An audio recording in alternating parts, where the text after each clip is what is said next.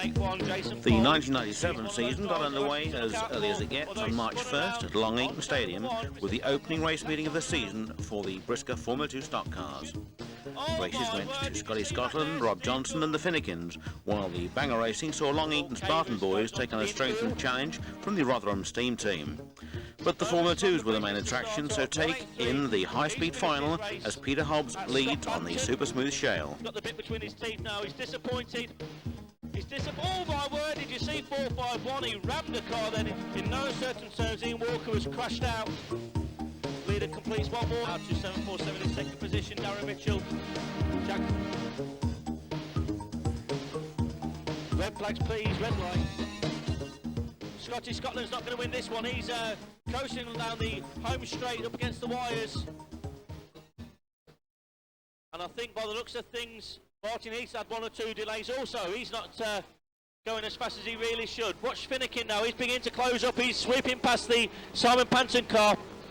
Graham Bentham 424, he's still circulating, but the leader is, and the one they've all got to chase, not number 8, Pete Hobbs, Norwich driver, first time out this season, and he's doing everything right at the moment because he's in the lead and he's got himself a decent lead at that. Here come the leaders once more. There's a back marker first of all.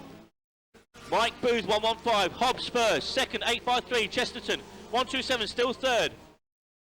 Rob Johnson coming through now, he's moving up through, making inroads into those white top leaders, and he's up into fourth position. So Johnson, he's won here before, he's won tonight even, and he's up into fourth place. That's the black and blue car, 824, here he comes on the home straight, moves up now into third place and sets about closing up on the Chesterton car in second place. Finnegan's now moving through, he's past Panton. Tony Critchley 854, yellow top driver. Simon Ricketts pulls off onto the infield. There's not been too many retirements in this race. Saying that Rick Sutcliffe 503 is a retirement now because he's part up over on the back straight. Mitchell's still going well in the 903 car. Leader comes round, there's a challenge now for the lead, and it's half distance next time, and all of a sudden there's been a change of lead because in one bend, 824 Rob Johnson has swept past the two white top drivers just for a moment. Number 8 dipped back into second place. He's dropped now back into third position because Chesterton's up into second place. But the one they've got to catch is 824 Rob Johnson. And he certainly is one of the top shale drivers throughout the country. And he's going to be very, very difficult to catch. Johnson leads. Finnegan now looks like he's moved up into fourth position. Hasn't been a particularly good night for Bert Finnegan. World of Shale champion, defending British champion. But there's something not quite right with that motor this evening because he's been off the pace. Time and time again he's shown the very quickest way round Long Eaton. 824 out in front though. Johnson still out in the lead. Finnegan now moves in amongst the two white top drivers. His experience, even if the car's at fault, should be good enough to get him up a place. And indeed he has done so. He's moved up into second position. Panton now challenges the early leader, Pete Hobbs. Panton trying to move into the top 5. I'm sure Johnson knows he's got this sewn up. He's easing off somewhat. And Mitchell, a slight twitch there for the Johnson car. I think he's deciding to move those two back markers out of the way, and it's 5 to go next time. 5 to go next time. Mitchell's been lapped once more by the lead car, Rob Johnson. Johnson now moves in on the Bentham car. Remember, Bentham is a back marker. The leader is Johnson, and Johnson's gone. The leader has gone. Finnegan has been given the lead. Bert Finnegan off the pace all night, and all of a sudden he's been handed the lead with less than 5 laps to go. So Bert Finnegan 559, cannot believe his good fortune. He is the new leader of the Formula 2 final. Johnson quickly climbs from the car. He'll be disappointed with that outcome. But Finnegan in the lead. Chesterton 853 in second place. Panton's moved up into third position. 127, Gary Hughes is in fourth. I would think then it's 790, Mark Taylor in fifth place. Here comes the leader. Can he believe his luck? He's been shown there's 3 to go and he's thinking, where is Rob Johnson? Maybe as he goes down the home straight he can identify the 824 car parked up facing the oncoming cars on the centre green. But Finnegan won't care, no matter what. He's going to kick off this new season, I'm sure of that, with the first final win of the year. Mitchell's in front of him. Finnegan doesn't need to do anything other than complete the last few laps of this race. There's less than 2 laps to go now. Finnegan possibly is beginning to look a bit quicker round the shale way. 1 lap to go. Finnegan, last lap, board goes out. He is well clear. Smashing drive by 853. Matt Chesterton in second place. He's going to complete the distance and he's going to take some valuable grading points back home tonight. The checker flag is readied. Finnegan easing off the accelerator and he's shown the checker flag. A good win there by Bert Finnegan. Looks like all cars have completed the first lap. Don't think anyone gone towards the fence just yet. Mark Taylor and Daz Kitson, 2 drivers that like to mix it, and I think they're going to have a ding-dong battle throughout this race. Started alongside each other. First one to go fence was there's a car there which is number 8. He's out of this one. He's had a good night though. Finnegan, don't forget he's a 4 lap handicap. He's down on the lead car which is 853. Matt Chesterton, Ernie Howard 952 is in second place. In third is 127 Gary Hughes. Adrian Hutton in 4th position, that's the 52 car. And it's the leaders coming around. Phil Woodall 344 has retired to the infield. Richard Prince just about to rejoin the circuit. By the looks of things, he decides not to. The leader is now 953, leading from 952. Coming around once more. Just about to pass Mr. Starter. 853 I should say is the lead car, that's Matt Chesterton. 952 is in second place. Chesterton drifts wide, there's a change of leader, it's now Ernie Howard. 952 has taken up the running.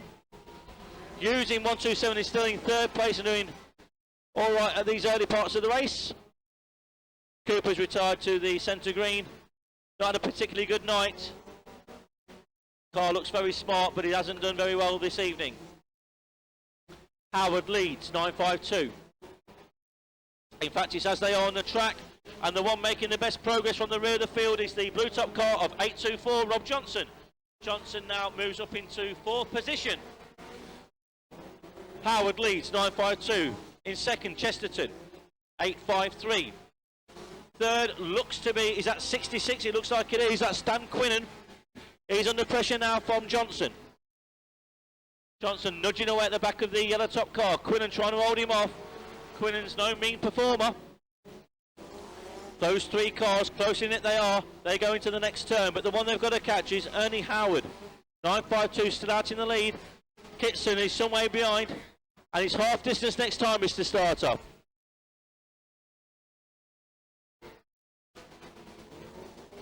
Let's have a look what else is going on. Taylor's towards the back of the field, goes very, very wide on that turn. Goes out, almost clips the fence with his rear tyre. Doesn't do so, and he's back on the racing line, trying to make up some ground.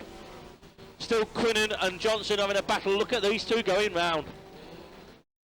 Johnson's moved up a place, but Quinnen's is useful. He's at the top, but I think he's got bags of potential. And I think Johnson will know he's got a battle on his hands, because I don't think Quinnen's going to take too kindly to being passed. Oh, Quinnen's pulled off. 5 to go next time. Looking out for the leaders, here they come. Howard, 952. 52 now is moved up into second position.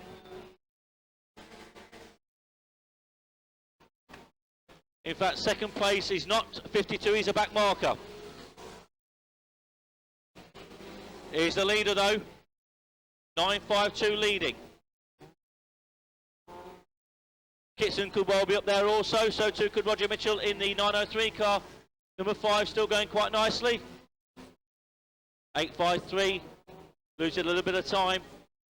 Getting scrappy towards the last part of this race. But one thing's for certain, it's 952 is your leader. Ernie Howard out in front.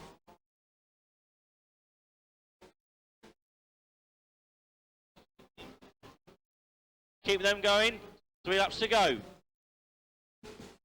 Looking out for the leader. 952 still leading. 824, Rob Johnson in second position. Number 5, 824 is a change of position. 824 is your new leader. So confusion, but 824 is your new leader. He's shown there's 1 lap to go. Looking out for Johnson now. There he goes, bumper goes in on the Roger Mitchell 903 car. So 824 is your new leader. Blue top driver on the back straight, halfway down the back straight. All things changed in the last few laps of that race. But here he comes to see the checkered flag. 824, Rob Johnson gets it right this time. No mistakes, doesn't spin out as he did in the final. 1 week on, the Formula 1 season began with Junior Wayman, the new 240-inch world champion, taking 3 out of 4 races at the Stoke Auto Speedway. Unfortunately for Frank, the one he didn't win was the final, where a flat back outside rear tyre handed victory to veteran Steve Booth.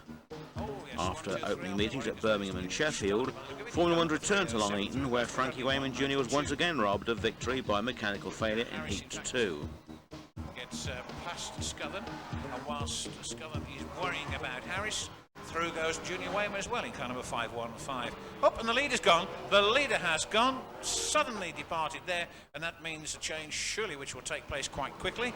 It's still Morris in car number 481. With halfway next time as starter, but up in... Oh, and Junior Wayman gets himself caught up there. He moved up into second place there, but he gets caught with Perry in car number 217. In fact, he's slowed right the way down. He's held Scothern back, and Wayman's pulled off in car number 515. Junior Wayman, the 45 cubic inch champion, world champion, won that title in New Zealand. A little bit fun. Oh, we've got a marker tyre now floating down the track, just to add to the hazards. So a lot of casualties because Scothern's departed now as well in car number 45. Perry's decided to call it a day in 217. So there's Bill Morris in car number 481, and blasting after him, Mick Harris in car number 8. So first and second again quite close. Who have we got in third position? Well, we're just about to tell you because it looks like Rob Pearce in car number 175.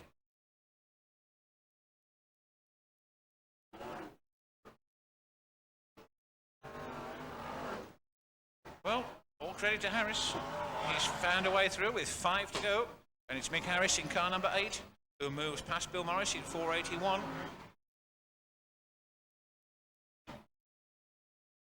However, Rob Pearce is certainly finding his feet or his wheels, whichever it should be. 481. He's going to go slamming after Morris, and then instantly loses it, goes right out into the rough there, slides out wide, and that enabled Jeff Nichols to move up a place in car number 215, and maybe makes things a little bit easier for the number 8 car, or does it? No, it's gone again, it's 481. Well, would you Christmas Eve it? The number 8 car has in fact got a flat rear tyre, which has put paid his chances, so it's Bill Morris who's back in the lead in car number 481. But for how much longer? A little bit of the old... bumper jumping there. 481. Jeff Nichols in 215. And then Rob Pearce in car number 175. Nichols, in fact, is a lap down, so didn't worry too much about that by the sound of it. So it's an as-you-were situation, despite the fact that Nichols has moved past number 481. So it's 481 still there with 2 laps to go. 481 and 175. Yeah, then can Rob Pearce, in the time that's left, get closer to Bill Morris in car number 481.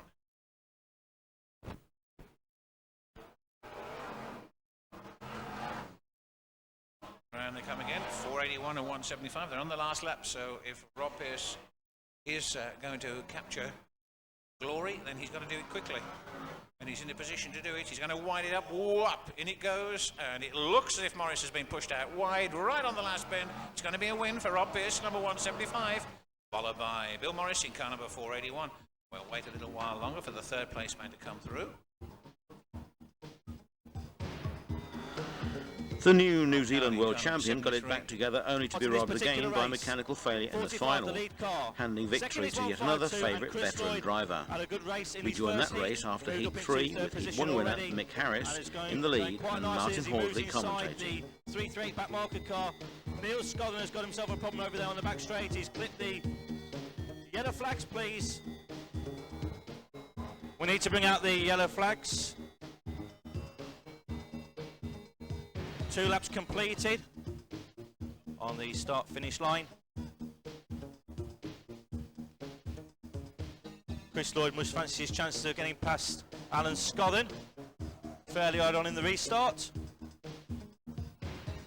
In fact, Scothen has moved wide for some unknown reason, so the leaders decide to pull over wide as they go down the back straight, even before the green flag went out again. So the new leader is now Chris Lloyd, 284. They'll be happy with the performance of that all-new car on its first meeting this season. Well, problems for Chris Broxop. He's spun himself out over there on turn number 1 and 2. So Lloyd in the lead, 284. Second is now Rob Pearce, and third is the third of the blue tops, Phil Wheelton, car number 6. Scothen has slipped back into 4th position, so shouldn't be demoted from that particular place because Andy Turner is moving up, and so too is Rob Perry. Rob Perry has won many races here at Long Eaton last season when he made his appearance in Formula 1 stock cars. So Lloyd's got himself a bit of a lead, and Pearce was set about closing that gap as we move towards half distance with a few laps to go before half distance. Here they come round once more, and the leader has in fact gone. He looks like he caught himself a marker tyre. So the leader's spun out, and there's a change of positions, and Murray Harrison has swept through to take up the running. Not for the first time this evening, Harrison has been gifted a position, so he moves through into the lead. Rob Pearce still in second place, was unable to stop Harrison moving through, so it's 97 in the lead. Second is 175, third is 217. Paul Harrison now beginning to make some progress. Scothen drifts wide as he goes into the entry to the back straight. Lost one more place. Paul Harrison will thank him for that. So it's Harrison still in the lead, and it's half distance next time. They'll be showing the Union Jack next time around to signify half distance for race number 3, and Harrison, a veteran racer now despite his youthful experience, he's out in the lead, and I don't think he's going to make a mistake in this one. He's won far too much in the past. That marker tyre once more causes a problem for some of the lower place runners, but it's Harrison clear by quite some distance now from Rob Pearce, who's also got himself a useful gap between second and third position. Looking down the field, we're looking for the best scrap, and it looks to be Stephen Kaiser, who was trying to hold off Alan Scothen, and Scothen sort of spun Kaiser out there, and the two guys drive onto the infield, try to separate themselves. Broxop still going with a couple of these retirements. He's possibly now in the top 10. It's 5 to go next time for the lead car, which is still 97, Murray Harrison. Harrison leads it. Keeps a nice tidy line as he comes into the home straight once more. He's been shown there's 5 laps to go for this race. Pearce still in second place. Kaiser is a back marker, so third is Rob Perry, 217, and he's under pressure from Paul Harrison. A little nudge there from the Harrison car, trying to move Perry slightly wide to get through on the inside. Murray Harrison, meanwhile, is still in the lead. So we're looking for the best scrap on the track, and it would appear to be that battle for third position between Rob Perry, 217, and Paul Harrison, number 2. Harrison not known for his front bumper use too much. Prefers sooner to drive around the cars, but Perry's quick enough to hold him off, I'm sure of that. Looks like Pearce has lost a bit of ground now on the lead car, and will soon be caught up by third and fourth place, possibly before the end of this race. The countdown boards are out now, signifying there's just a few laps remaining of this race. Harrison's well clear in the lead. Bumper goes in there from Paul Harrison on Rob Perry, and looks like Andy Turner's come through to take advantage of that bit of contact there between Harrison and Perry. They're on the last lap. Murray Harrison is out in front still. Rob Pearce is in second place and safe enough of points for that second position finish. Harrison and Perry still getting each other's way. It's going to be all or nothing for Paul Harrison as they go into the last bend. Bumper goes in there. Perry's gone wide. Harrison's caught himself a marker tyre. In the meantime, Murray Harrison has taken the checkered flag. So all sorts of problems there for Paul Harrison as he lined up Rob Perry going into the last bend. But Harrison caught a marker tyre. That'll do us, Mr. Starter. Red flags, please. Red lights. That is the end of Heat 3 for the Formula 1 stock cars. Goes down to the grand final, gets underway for the Brisca Formula 1 stock cars. So it's Bill Morris in car number 481 and Alan Scuthan in car number 45 are going to lead the pack down the home straight, which they do. Under the toe turn, up, straight into the fence goes Stu Fellows down here in car number 13. And not a very good start either for Tony Williams in car number 83. Also sideline down there on the centre, as you can see. But looking all okay. Out into the lead goes. And we got waved yellows.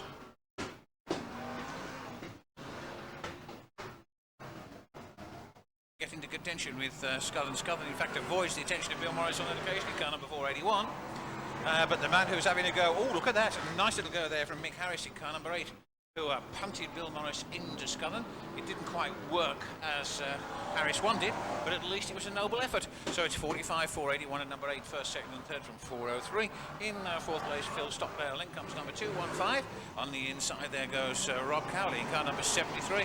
And then immediately drifts it far too wide on turns 1 and 2 and loses the ground that he'd gained on the home straight. So we've got number 8, number 45 and 481, first, second and third. 403 still fourth. Jeff Nichols up there in 215. Yes, he is indeed, along with 380 and Rob Cowley in car number 73. Fortunate for Tony Williams because he's managed to get that car moving on the restart after being held up there high and dry in the initial little event. 215 Jeff Nichols by then with Kaiser in pursuit in car number 380. Then comes Cowley in car number 73. Over on the far side, Mick Harris leads in car number 8, and he's opened up a bit of a gap between first and second places. The more experienced Scuthan in car number 45, belting down that home stretch with Bill Morris behind him in car number 481, and Nichols there as well in 215. And Stephen Kaiser in car number 380 gives the Phil Stockdale number 403 car a little bit of a shove, just enough for Kaiser to go past him. And Stockdale goes wide on the back straight, and it looks as if that could well be Cowley, I think, in car number 73, who also moves past him and moves up a place. Junior Wayman's come rattling through, and that was Anthony Turner in car number 488, who was on the receiving end of a real old shove there from Junior Wayman in 505, who's suddenly coming bursting through the pack like the proverbial dose out of salts. So let's just see what's happening again over on that far side. Still car number 8. Mick Harris in car number 8 from 45. There he goes, very competently driving down there from 45, and Jeff Nichols in 215. Then Stephen Kaiser in 380. 481 Bill Morris, another smack in the rear end from him from the much faster moving Junior Wayman. Bill Morris, in fact, tries to return that smack, but not quite able to do so. We've got one in the wires down here on the home straight. And that could be Cowley, who's pulled off, and indeed it is Rob Cowley in car number 73 who pulled off with a marker tyre beneath the front end. That's put him right out of the frame, which is rather sad.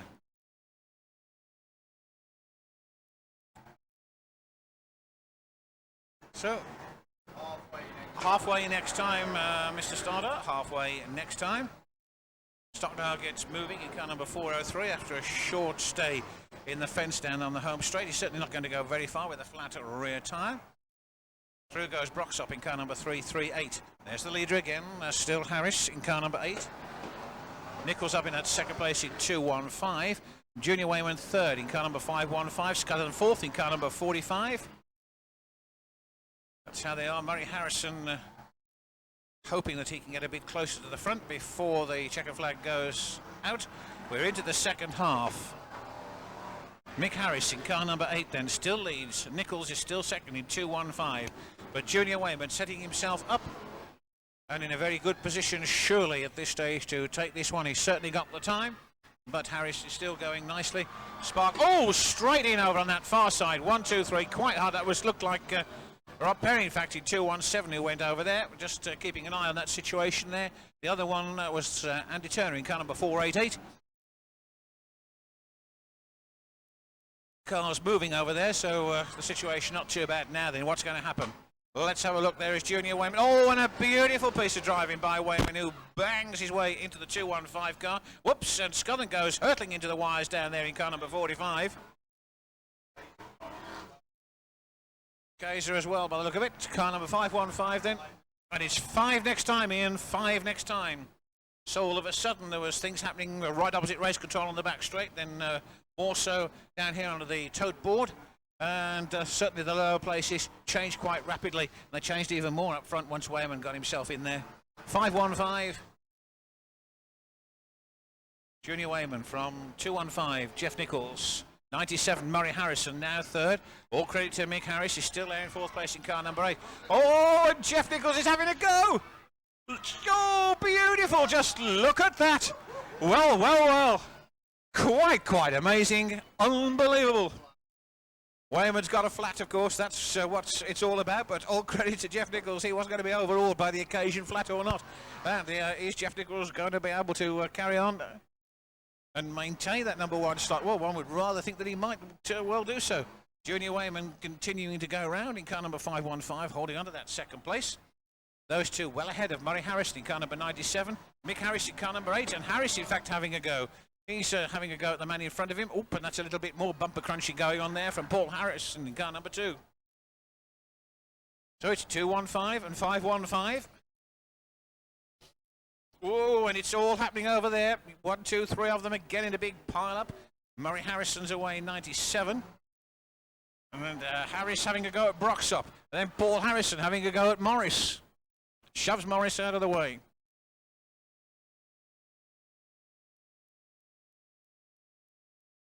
So Jeff Nichols down there in car number 2-1-5, and it's Jeff, by the look of it, who's about to record a final victory. It goes up and it goes down, and Nichols triumphantly waving from the cab drives car number 2-1-5 to victory.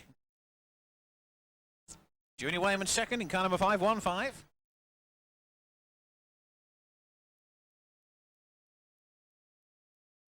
Could well be that Broxop's in third place, but we'll check that. That'll do us, Ian. Thank you, please.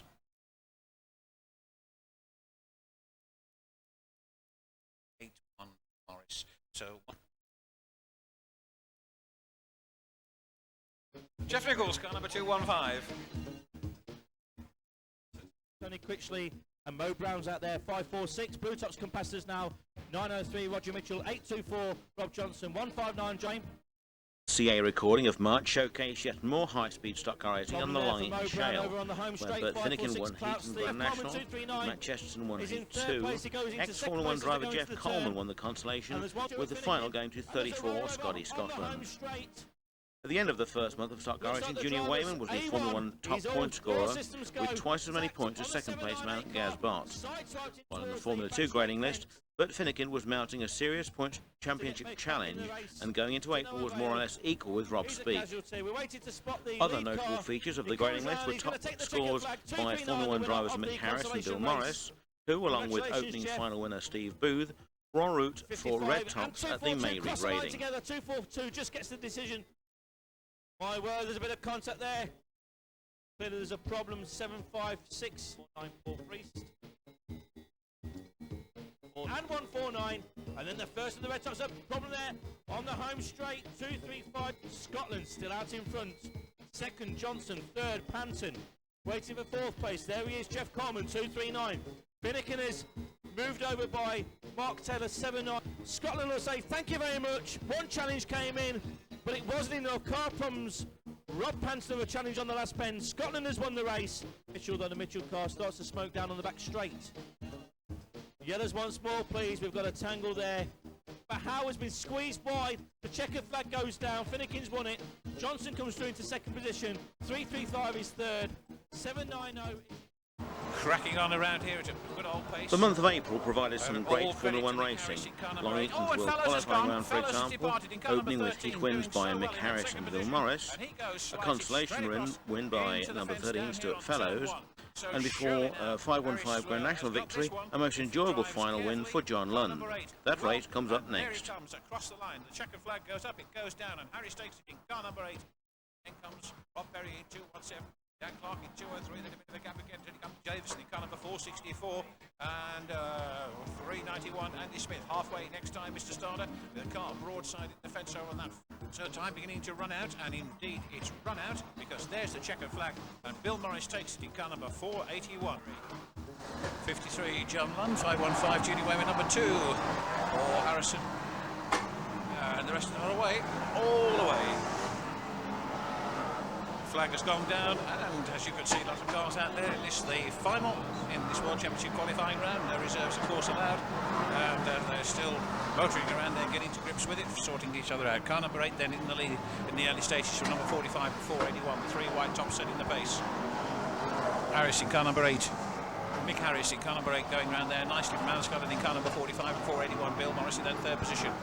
Then Gary Lenton in car number 284. Trouble over there for Fellows in car number 13, who loses it and then gets clipped by a passing car to make the job worse. There's a couple clambering over each other on the exit to turn 2. They're off the racing line though, so not causing any difficulties to the rest of the field, which is still motoring strongly. Past goes Neil Scotland in car number 152, and there's 1, 2, 3 of them in the fence. Oh my goodness, and straight in there. Bill Morris in car number 481 already parked up, and straight into the back of him goes another car. We've got waved yellows, waved yellows. And we're racing again. The greens are shown, on go the lights, and we're under full throttle. Car number 8, 45 and 264, first, second and third. Lenton diving through to that turn, hoping to get underneath Alan Scudden in car number 45, and in fact 3 cars tangled on that bend. And right in the middle is one of the back markers, then 4 abreast down that back straight, and all sorts of strange things happening.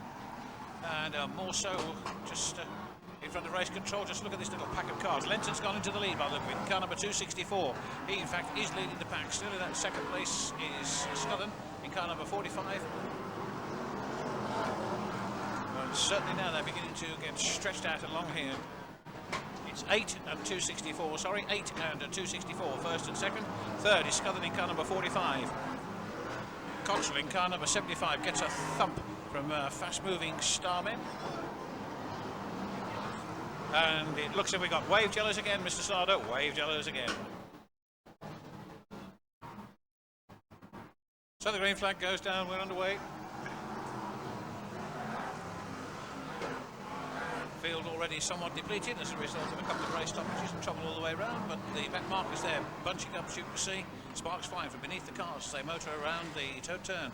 Another one just slid into the fence there, just under the toe board. And it's car number 8, the leader, from 264 in that second position.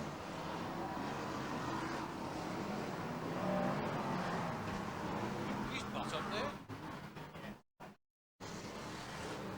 So round come the leaders again. Number 8, 264. Oh, and John Lund looks as if he was having a go then at the rear end of the Gareth Butt car, and indeed, oh, and Butt's gone. Out goes Butt over on the far side in car number 41, along with the number 8 car. So who's going to be in the lead as they come round again? We just need to check that, and it could well be. And indeed it is John Lund in car number 53 from 33. Peter Faulding in second place. Jamie Davidson third in 464. Then number 2, Paul Harrison. So it was all changed last time round as things really did happen as they exited from turn 2. So John Lund then in car number 53. And it's halfway next time, Ian, please. So the halfway stage, John Lund in car number 53. Finds himself in the number 1 slot with Peter Faulding just behind him in car number 33, and then Jamie Davison in 464. First, second and third, little way behind in 4th place. Paul Harrison in car number 2. Round the back marker goes the world champion John Lund in number 53. Puts that 481 car of Bill Morris between him and the man challenging him in that second position. Peter Faulding in 33, unable to get past Morris at that stage, and through again comes Lund in car number 53, holding on to it nicely as he moves up against 1 or 2 more back markers. Not slowing him down at all. Bill Morris goes wide in car number 481, and that's enabled Peter Faulding to get through in car number 33, and he now goes chasing down the back straight after John Lund, the leader, in car number 53. Lund being held back by Bott in car number 41, gives him a little nudge there, but doesn't move him aside. Maybe he will next time, and once again, are they going to get close enough to the bumpers to go in? They do, as Bott once more shuts the door on Lund and doesn't enable him to get through, and this could be the opportunity for Peter Faulding to slowly but surely make up a little bit of ground in that second position in car number 33. Out of turn 4 and down the home straight, it's still John Lund in car number 53 from Peter Faulding in car number 33. Then a gap until he comes to Jamie Davis in 464, and then another gap until he comes to the 4th place man number 2. That's the situation round there. Matt Bennett going nicely, and he's certainly got to be amongst the places in car number 413. Junior Wayman making up ground in 515, which he lost earlier on. And Bott in that back marker position. It's 5 next time, Mr. Starter.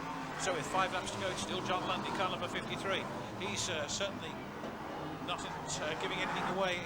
Faulding those still not too far behind, one about 2, maybe 3 car lengths behind, perhaps hoping that Faulding might make a mistake, or is Peter playing his waiting game and going to leave it for for a last lap or two lunge, because he knows, as well as everyone else, that if you make an attack on John Lund, you've got to do the job properly, otherwise the compliment is returned, not twice, but off threefold. So it's John Lund in car number 53, still being bumped by back marker in the shape of Gareth Cotton, car number 41. Still in that second place is Peter Faulding in car number 33, and then you've got a big gap now till you come to Jamie Davison, still in that third place in car number 464. The three-lap board goes out. Lund and Peter Faulding, first and second. Is Lund going to manage this one? Well, he's certainly in a very good position at this stage in the proceedings to do so. Down the back straight he goes again. Around the pit bend turn, no problems for John Lund in car number 53. Faulding still in that second place, and the gap not narrowed at all between first and second positions. Two-lap board goes out, and it's still Lund and Faulding in first and second places. They're about a quarter of a lap in front of the man in third place, Jamie Davison in car number 464. Then comes Paul Harrison in car number 2. And is Bill Morris still up there in 481? Well, we'll just check that. It's doubtful if he is, but certainly Matt Bennett is in car number 413. And it looks as if he's certainly going to get himself a place. So it looks as if Mr. Starter is getting that checkered flag ready, and this could well be a final victory for John Lund, the world champion in car number 53, which indeed it is. Across the line he goes, followed by Peter Faulding in second place in car number 33, still waiting for the man in third position to come through. There he is, Jamie Davison in 464, and Paul Harrison in car number 2.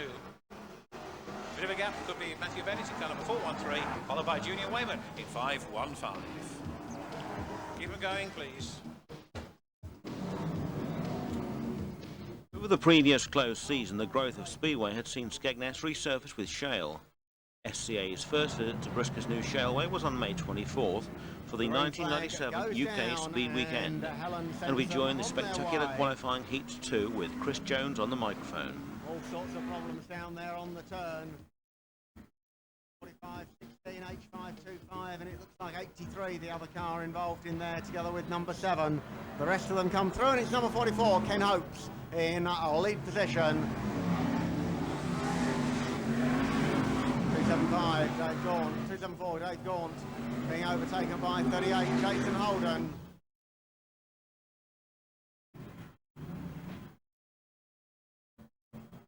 So, 44, 38, 464, Jamie Davidson moving through very rapidly, ahead of 250, Keith Chambers.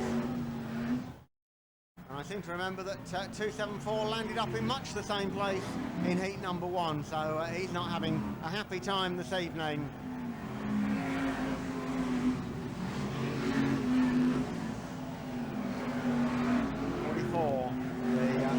The race leader, Ken Hopes,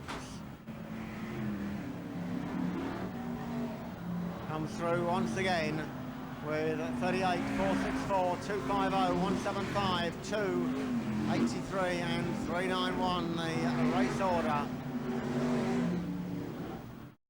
464, Jamie Davidson trying to find an inside line on the 38 car. The leader finds a rather stationary number 45 car, and that means Ken Hopes loses his lead. 38, Jason Holden, your new race leader, going down the back straight, the pink car. 464, James Davidson in second position with 250. Third place, Keith Chambers. Number 2, Paul Harrison in fourth position. And 464, James Davidson smashes into the back end of 38 and moves up into the lead. It'll be halfway next time. 250 gets involved, 515 left facing the wrong direction, and all of a sudden this race explodes into action. 41, Gareth Bott comes to grief.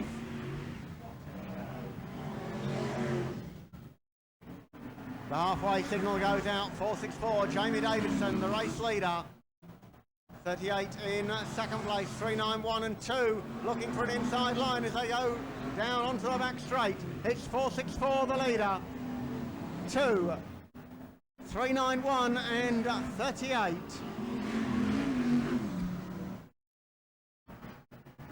And 464, Jamie Davidson really has smashed his way through to the front in this second heat for the Formula 1 stock cars. He comes through once again. And it's 5 laps to go. Next time, Helen, 5 to go. 464 the leader, 391 Andy Smith goes second. Number 2, Paul Harrison in third. At 38, Jason Holden holding on to fourth position. 264, Gary Lenton in fifth place.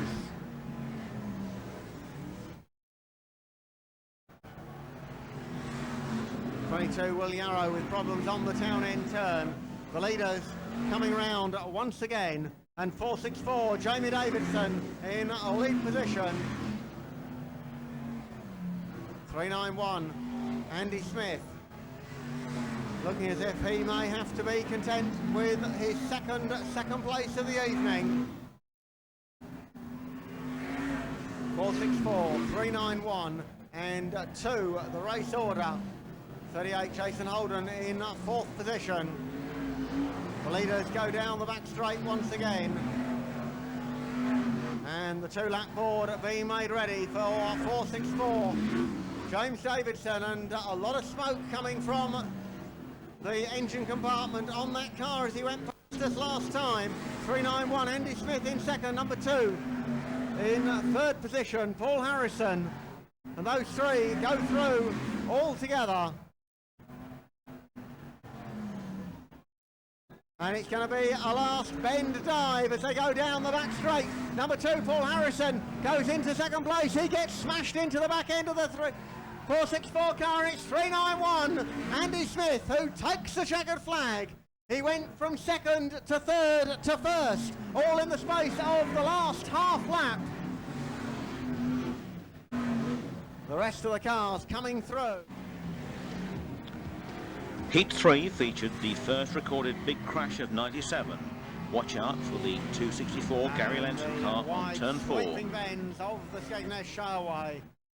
I mean, plenty of room around the outside of the 525 car, although that room slightly reduced when one or two of them decide to have a bit of fun. Waved yellows, please, Mr. Starter. Waved yellows. And Gary Lenton rolls it on the turn. Other items of note on Saturday night were visiting Dutchy Bert Schaap in the H525 car. Numerous Tim Warwick incidents and race wins by Wayman, Smith, Barry Heath and Paul Harrison. And last but not least, the inaugural Trackstar Crap Tyre Race.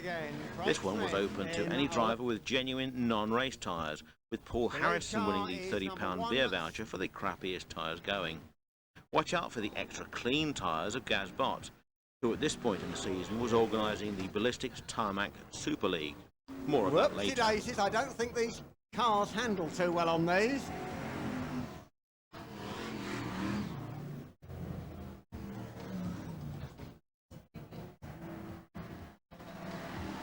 So then, we look for the race leader going onto the far side. Number 40, Steve Smith, in a lead position. And 215 trying to take out a tyre marker, takes himself out instead. So well done to Jeff Nichols, gets back in the swing of things.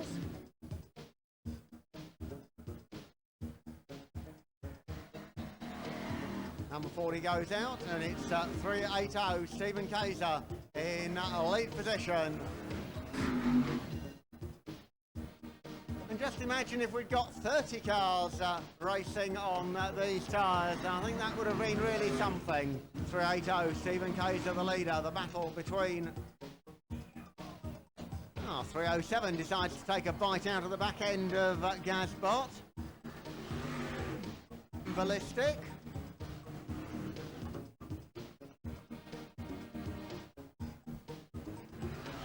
380, Steve Kaiser takes the 4-lap to go board, secure in third place.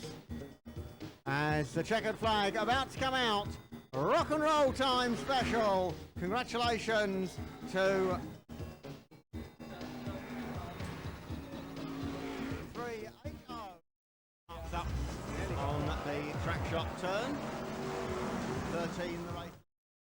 Later. 319, Victor Simpson in a lead Day 2 of the position. weekend featured Formula 2s on track. This was to be a big day for the twos, with visiting Dutchman Toon Should taking on Bert Finnegan. Bert was now less than 100 points behind Rob Speake in the Formula 2 Points Championship, with a better meeting average, 7 heat wins and 6 final victories. While in the Formula 1 Points Championship, Junior Wayman was on 635 points, opening up quite a lead on second place man Gazbot on 409. John Lund was now third on 406.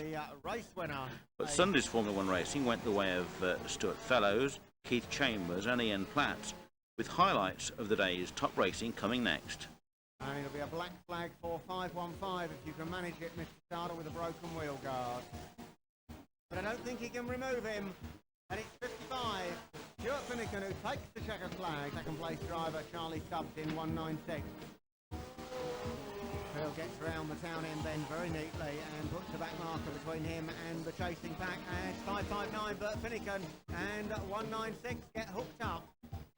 And trouble over there as 159 gets taken out. 871 Mark Simpson manages to... With just over a lap to go. And 871 Mark Simpson says, move over Mark, I'm coming through. 414 in that second place. Or is it 559? Not quite certain.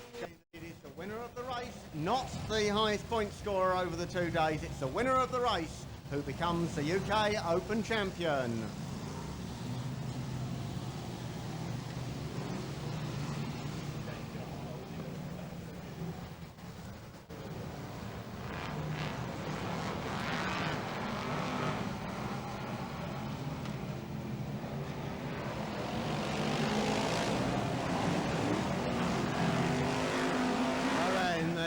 Awesome sight of a big grid of Brisca Formula 1 stock cars.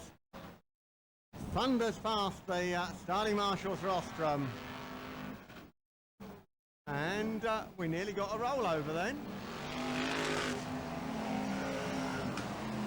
Had 3 rollovers last night. We nearly got one then.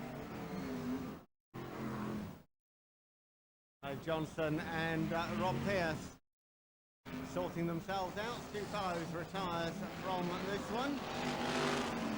And it's 380. Stephen Cager with 38. Jason Holden in second position.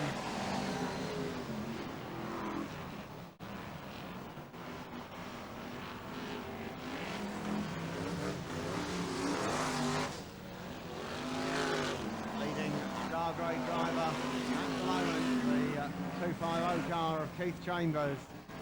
380, Stephen Taser still leads. 38 in second place, 383 a back marker. 203 Dan Clark with 250 Keith Chambers. 391 Andy Smith has moved through very rapidly as well. 515 and 343 Barry Heath and Frankie Wayman Jr. tangle on the track shop turn. They get going again.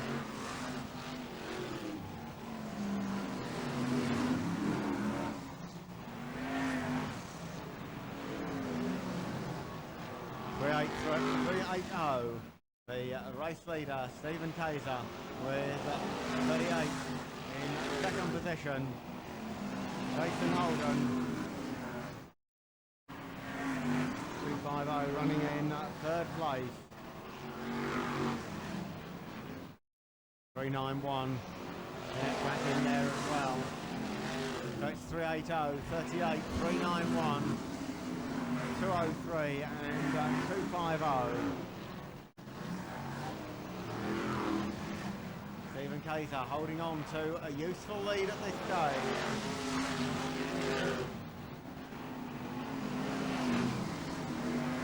391. Andy Smith now moves up to second position ahead of the 38 car of Jason Holden. Holden gets pushed wide by Barry Heath, but Heath is a lap down. And it's halfway next time, Mr. Starter. Halfway next time. 380, Stephen Taser, the race leader. One back marker ahead of him. A back marker between him and second place driver, 391, Andy Smith.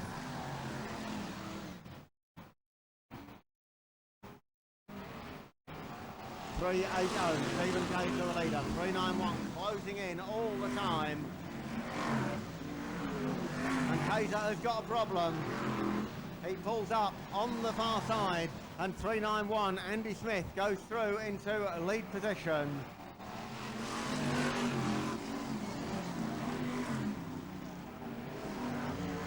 .391, the race leader. 250 Keith Chambers in second position. 203. Dan Clark was in third place.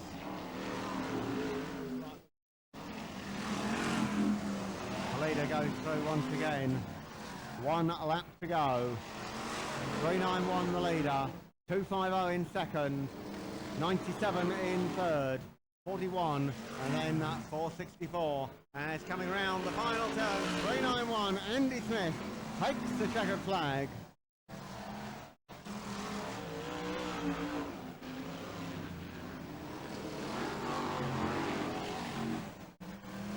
The rest of the cars coming in. Keep those cars coming.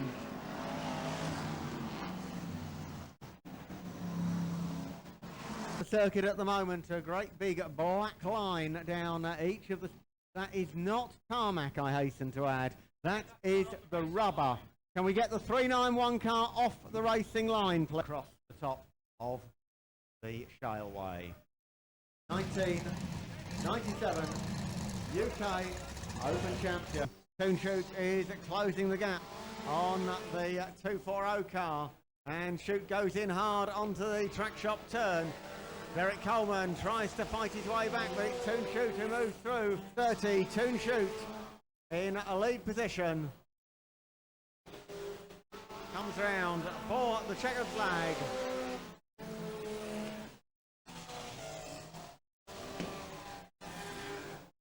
The rest of the cars coming through. Lap 1 of 1300 saloon stock, heat 2 next up, then the Formula 2 final, and the first 10 from each heat.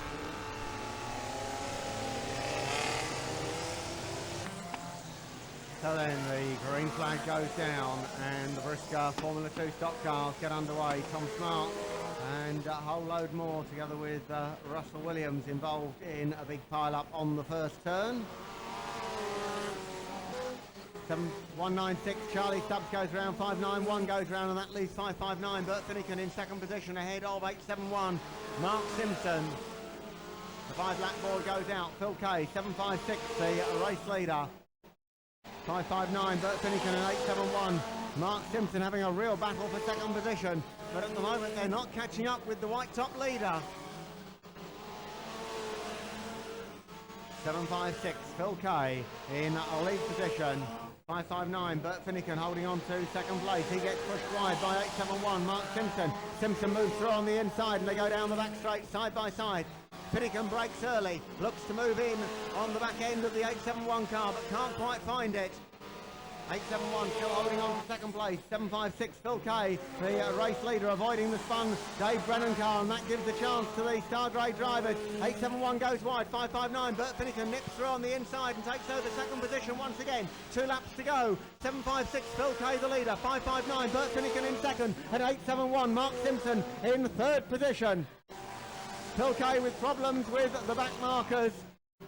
93 Richie Dolman with what looks like a broken wheel on the back, still connected firmly to the car. The last lap board going out, and 559 Bert Finnegan looking to take the lead on the last lap. 756 spins it out. Number 30 now moving up into contention. 871 Mark Simpson in second. The double checkered flag about to go out. 559 Bert Finnegan, his first final victory on the Skegness Shileway. 871 Mark Simpson crossing the line in second ahead of Toon Shoot in the number 30 car. The rest of the cars coming through. 756 Phil Kay recovered for fourth position. Looks like 844 Russell Taylor.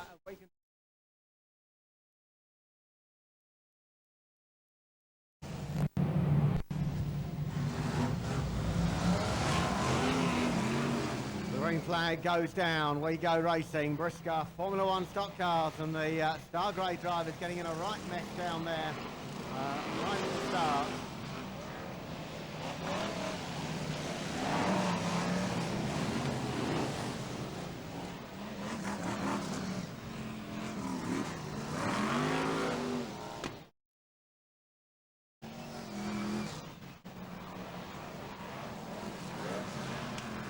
4.73, the race leader.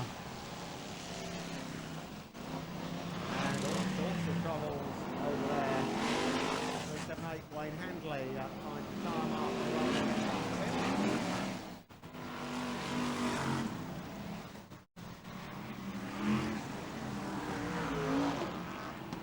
As they come off the town end bend, 2.50, Keith Chambers goes into a lead position. Number 6, Phil Wilton in second place. They go through once again, 4.88, Andy Turner in third. Ahead, okay, Masters final, going to go to 2.50, Keith Chambers. The Star Grade drivers dominating this Stocks Line Grand National race as 5.59, Bert Finnegan hits the front.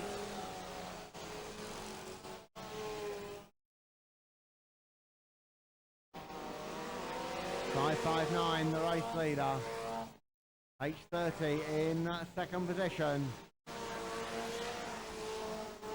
And 2.09, Nigel Wilson goes out in a cloud of steam. Which way do the leaders go? Whoopsie-daisy. One. So can the former Formula One world champion and the reigning Formula 2 British champion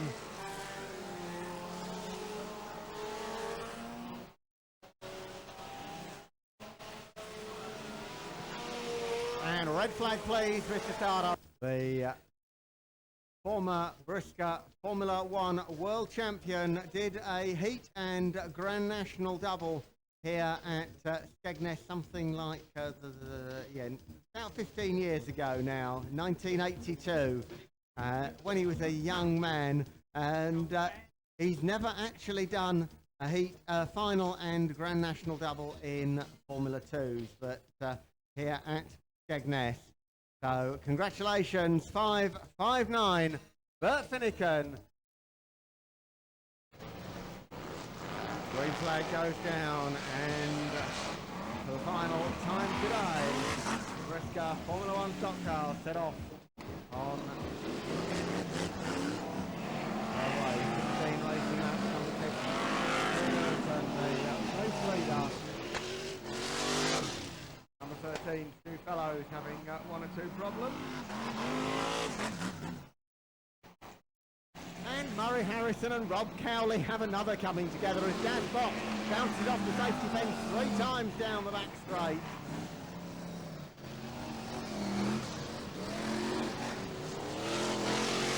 Number 6, Phil Wilton, the race leader.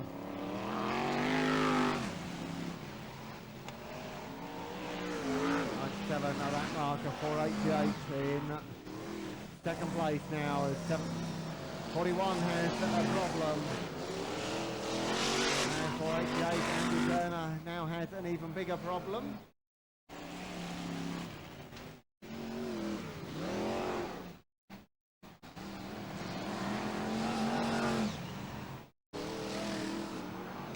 Ian Platt, second place. And it's 5 laps to go next time, 5 to go next time. Number 6, Phil Wilton getting involved with the back marking 41 Gareth Botcar. There. 77, Ian Platt is closing the gap on the number 6 car. 5.15, Junior Wayman in third, 2.50, Keith Chambers in fourth. This race all about those 4 drivers. Number 6, Phil Wilton, the race leader with 2 Star Grade drivers ahead of him, back markers. And 77, Ian Platt rapidly closing up. 5.5, Junior Wayman is closing on Platt. And 2.50, Keith Chambers going well in 4th position. Number 6, Phil Wilton, the race leader. 2 laps to go for the leader as he goes through. 77, Ian Platt now has 2 back markers between him and race leader number 6. And 77, Ian Platt is now right on the tail of the number number 6 car, Phil Wilson, has had back marker problems throughout the last 5 laps, and he hasn't made the front bumper play at all. And Platt takes him out, and it's going to be 77 here. Platt who crosses the line in first, just ahead of 250 Keith Chambers. My goodness me, we nearly had a final and Grand National double in both Formula 1 and Formula 2 classes this afternoon. A dramatic end to the Formula 1 Grand Final. Red flag, please. That looks like one of the other tractor drivers doesn't like that idea. Boy, that's my tractor. I normally drive that one. Come on then, a nice big round of applause, please, for number 77, tractor driver Ian Platt.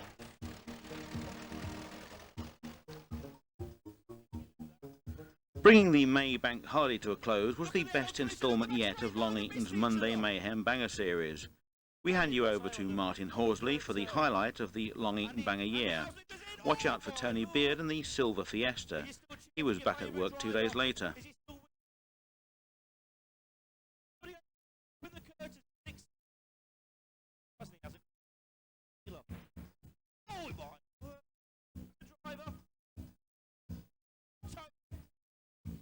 Tony's gonna get him. Yes, he is. Go on, Tony. Go on. Go on. Oh, go on, Tony. Never fails. Tony in. I think Tony's that silver one, isn't he, on the infield? That's him, yeah. Right, a bit of a demolition derby as well, I think. Again, cheer for your favourite. Johnny Rebel's going to go in. Oh, my Lord.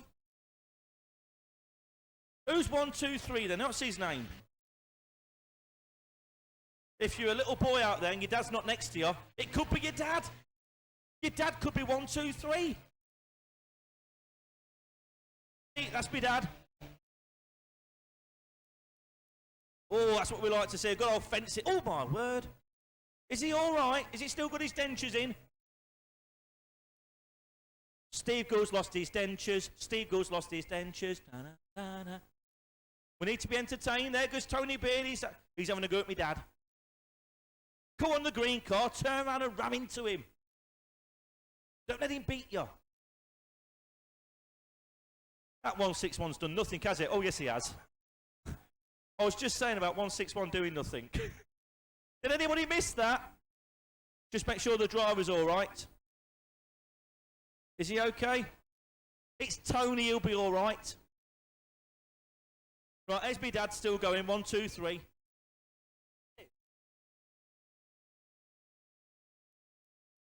He's still going, I told you. Go back green again. Go back green. Let Tony win. Get him, Tony. Get him. Go on, son. Go on. Give Tony a cheer. He's got 2 broken legs, no shoes on, but he's still going. Now 161's having another go. He's picking on the green car. Go on. Go on, 161. Has he got him? Has he got him, Johnny Rebel? Yeah. Poor that was, wasn't it? Number 48, Tony Beard. I told you he was good, didn't I? There. Go on, Tony, go on, you can do it. Oh, he missed. Oh, what a shame. Let's see if somebody takes somebody else out big time. No. Tony's trying his best, isn't he? Give Tony a cheer. Go on, Tony, do it once more, son. Go on, son, you can do it, you can do it. Oh, my Lord. Oh, Jesus. Is everybody all right down there? Are they all right? Give us the A1, please. Oh. Yes, give them all a cheer, ladies and gentlemen, boys and girls. They are real men. Fingers Collier, give us a wave. Give us a wave, Fingers. Tony, come on, climb out. You'll be all right, son. 1, 2, 3. I think it was Jamie Mason is your winner of that race. Here he comes, the green car. Go on, Tony, stand up. Let us cheer you on, Tony. Give him a cheer, folks. Any great? Yes, there he is. 2 broken legs, his arms dropped off, but he's still waving to the crowd. 1 week after the UK Speed Weekend, a depleted entry of Formula 1 stock cars raced at Stoke, scene of the year's most exciting last lap. We join the final as Steve Smith is set to follow up his heat win. Prepare yourselves for the last lap.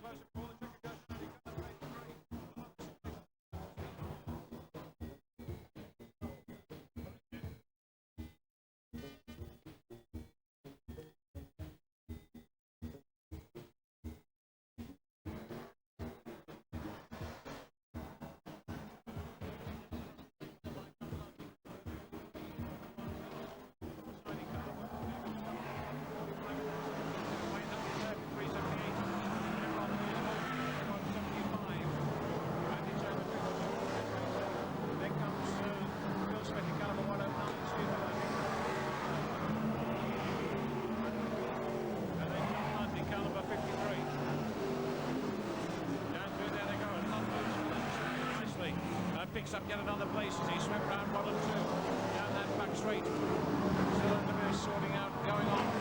Steve Smith's the man in car number 40 who leads. That lead 378 and Pearson 175. Waved yellows, Mr. Starter. Waved yellows.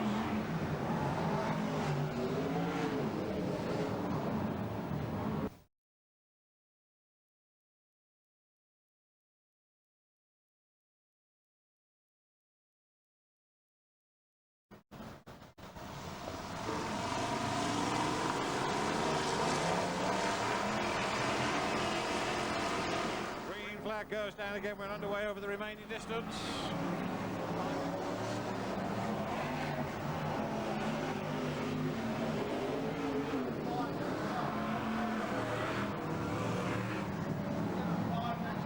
Five next time, Mr. Startup. Steve Smith still out there in car number 40. Scotland in car number 45, and then look at John Lundy, car number 53. He's got to go, somebody's got to go past Scotland now in car number 45, which he does. Moves down that back straight into 3 and 4 and goes chasing after Steve Smith in car number 40. Before that ball goes out, so there's still time for Lundy in car number 53. Just all the distance and past Smith in car number 40. Smith goes carefully around 1 and 2. Moves down the back straight. Rob Pearce in car number 175 is shoved out wide, and that gives an opportunity for Junior Wayman to move up into 3rd place in car number 515. Scotland drops down into 5th and 6th place in car number 45. Then tangles with Pearce in car number 175, and both of them come to grief. And through goes Murray Harrison in 97 and Wayne Hanley in 378. Meanwhile up front, John London getting closer and closer to T. Smith in car number 14. Smith is the leader. Again into 3 and 4. Smith the leader in car number 40 from John London, car number 53. Lund ready to make his move. In that 3rd place, somewhere behind his Junior Women in car number 515. And then comes Murray Harrison in car number 97. First, second, third, fourth. In that order. As they move around here in the closest edge of this one at a very fast rate indeed. Lund doing his best in car number 40 to catch up Smith. Smith must know that by now. He hangs the tail end right out. And is it all going to depend on the last lap? It looks as if it might. As Smith hangs on, John London's going to try and push him wide on this turn, which he does. Shoves him out wide. They both get caught up there. They both get caught up there. And my goodness me, who's going to take this one? As both those cars go out onto the centre green. And it's Murray Harrison in car number 97 being pursued down the back straight in the very last turn by Junior Wayman in 515. So to Junior Wayman in 515. And it looks as if it could be a win for Handley in car number 378 as they come through. Is it indeed? But down he goes. It looks like it. Junior Wayman goes. So did Murray Harrison. All of the departing there. And the man who was in 5th place just a lap or so back goes down to 378. Wayne Handley. What a tremendous finish. And others, Reds, Mr. Stardom.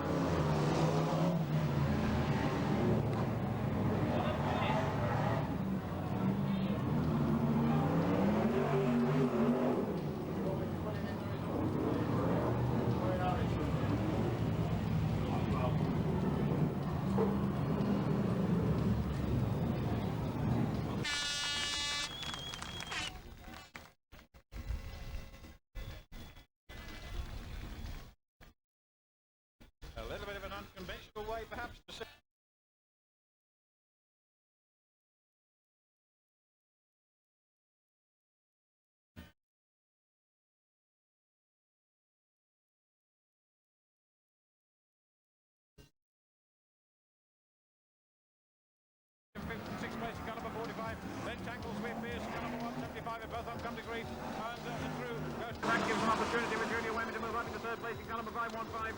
Sheldon drops down into sixth place in car number 45. Then tangles with Pierce in car number 175 both on come to grief. And Endure going to defend on the last lap. It looks as if it might. Smith hangs on. John London's going to try and push him wide on this turn, which he does. Shots him out wide. They both get caught up there. They both get caught up there. And my goodness me, who's going to take this one? As both those cars go out onto the centre green. And it's Barry Harrison in car number 97 being pursued down the back straight. The very last turn by Junior Wayman in 515. Elson goes in, so does Junior Wayman in 515. And it looks as if it could be a win for Hanley in car number 37 as they come through. Is it indeed? Looks as if it might. Smith hangs on. John London's going to try and push him one. And my goodness me, who's going to take this one? As both those cars go out onto the centre green. And it's Barry Harrison in car number 97 being pursued down the back straight. The very last turn by Junior Wayman in 515. Elson goes in, so does Junior Wayman in 515. And it looks as if it could be a win for Hanley in car number 37 as they come through. Is it indeed? And down he goes. It looks like it. Junior Wayman goes. So did Barry Harrison.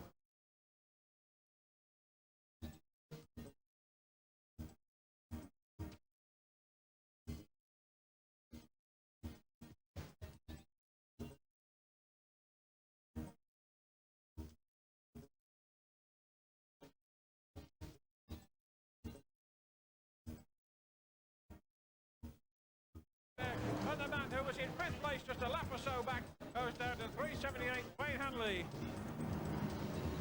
What a tremendous finish.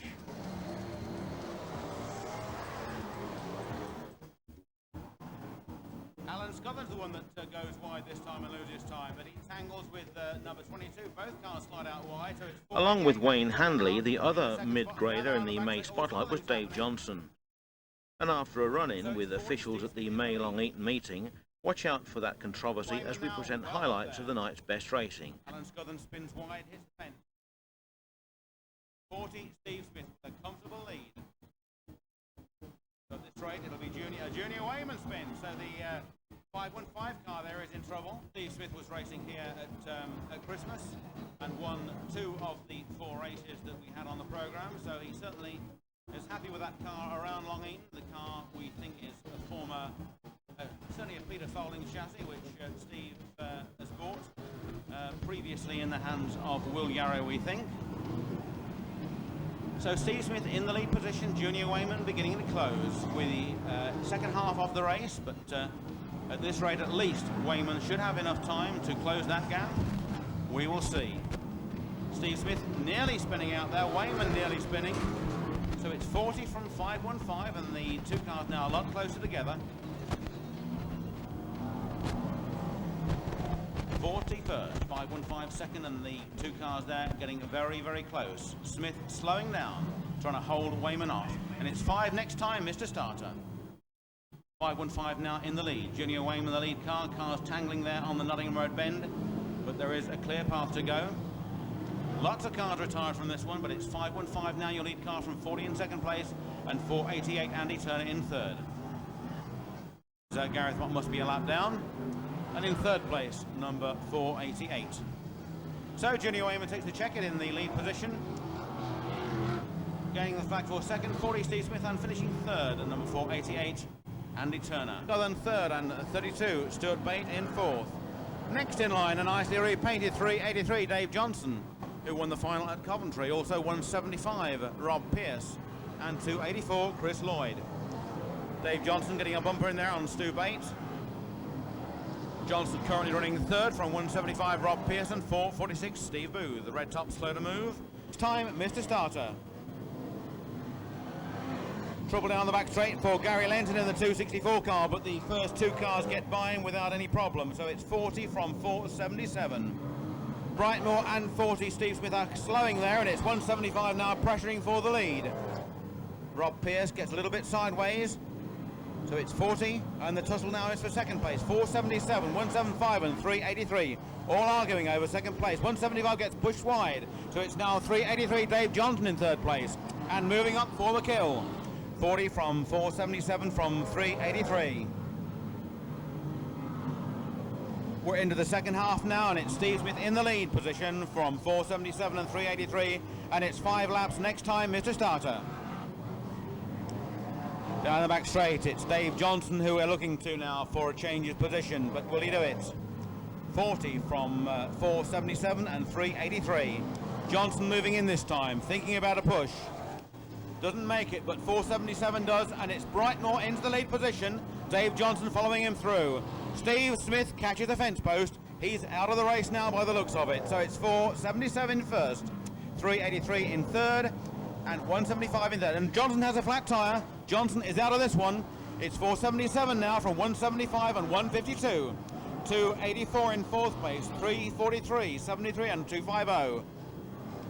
Things starting to happen in this one, but it looks like Mark Brightmore could well be the winner of this one. 3 laps to go this time, and 152 in third. So it looks like Mark Brightmore's the one in this one. Down the back straight for the last time. 477, your lead car. Yellow top, Mark Brightmore in the lead position, and he's coming under the checkered now. Winner of Heat 2, Mark Brightmore in the 477 car. Rolling and under starter's orders. Starter there tonight, about to give the green, and the green is down. And trouble down there in the pits bend for Mark Brightmore. 473 still in the lead position, but 319 Vic Simpson getting inside, so it's now 319, but he spins himself out straight away. Back 473 in the lead position, whilst Steve Kayser moves alongside. Looks like Steve Kayser coming off the turn there. 380 on new lead car, 380 from 473, and number 6 from 378, 284 and 338. First starter show number 2, Paul Harrison. Not so good this one for Mark Brightmore. He's struggling in this one. He's slipping down the field, but it's still in the lead position. Number 380, Steve Kayser.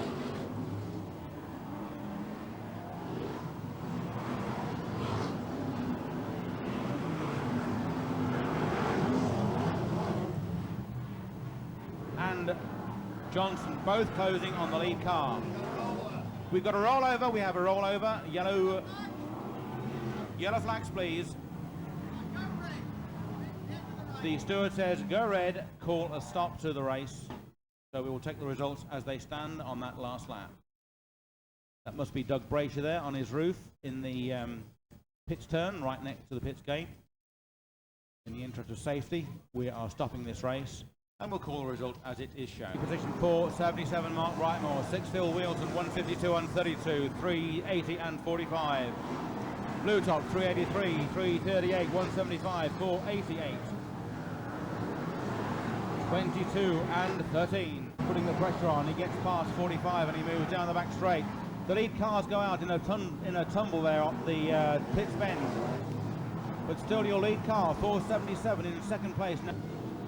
22 in third, 343 in fourth, 250 in fifth, and 515 in sixth. 515 puts the pressure on 343. He moves through and John Lund moves through with him. Barry Heath still there in with a chance. He slips wide, John Lund comes through, so it's 477, it's 175 second, 22 third, 515 fourth, 53 in fifth place, 343 in sixth, and 250 in seventh. 477, your lead car, 175 in second, but 175 putting the pressure on and taking the lead now. 175 from 477. Cars all over the track in trouble. Keith Chambers spins out. And the yellow flag has gone out. We've got a problem somewhere on the track. The yellow flag is out. The race is suspended. For Dave Johnson over there on turn 4.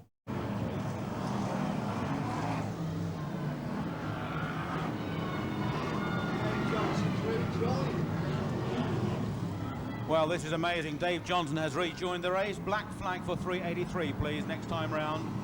175, your lead car. Halfway next time, Mr. Starter. 175, your lead car, getting a very sizable lead there from 477. And in third place, we're not even sure. 343 now up to third. 53, John Lund in fourth. Problem down there on the start finish straight. Mark Brightmore in trouble. Spun out, Steve Kayser. Steve Kayser back on track almost straight away, but Mark Brightmore in obvious trouble. Junior Wayman also taking a lap out, back on track.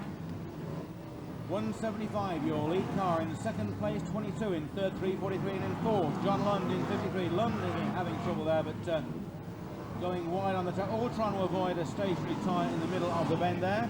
5 next time for 175, Mr. Starter. 5 next time. Into the second spot. 175, your lead car. Second is 53, John Lund. In third place, 22, Will Yarrow. No, it's not. It's 3:43, Barry Heath on the start finish straight. Yarrow now down to fourth place from Paul Harrison, 41, Gareth Bott, and 73, Rob Cowley. So he's on his last lap, he's under the checkered flag, and he's on a flat tyre. There's a stroke of luck for Rob Pearce. Finishes in the lead position on a flat tyre. 175, your winner. In second place, over the line, 53, John Lund. In third, 3:43, Barry Heath, and 4:22, Will Yarrow. Fifth, it looks like 2, Paul Harrison. And then 41, Gareth Bott, but they're only our observations. Keep the cards going with number 175 from Huncote in Leicestershire, Rob Pearce.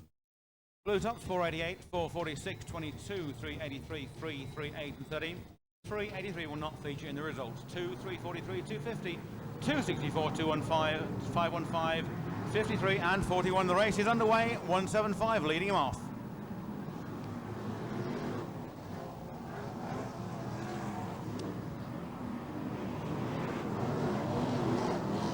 Well, Keith Chambers spun off there on the pits bend on the opening lap, so he's going to have a lot of ground to make up.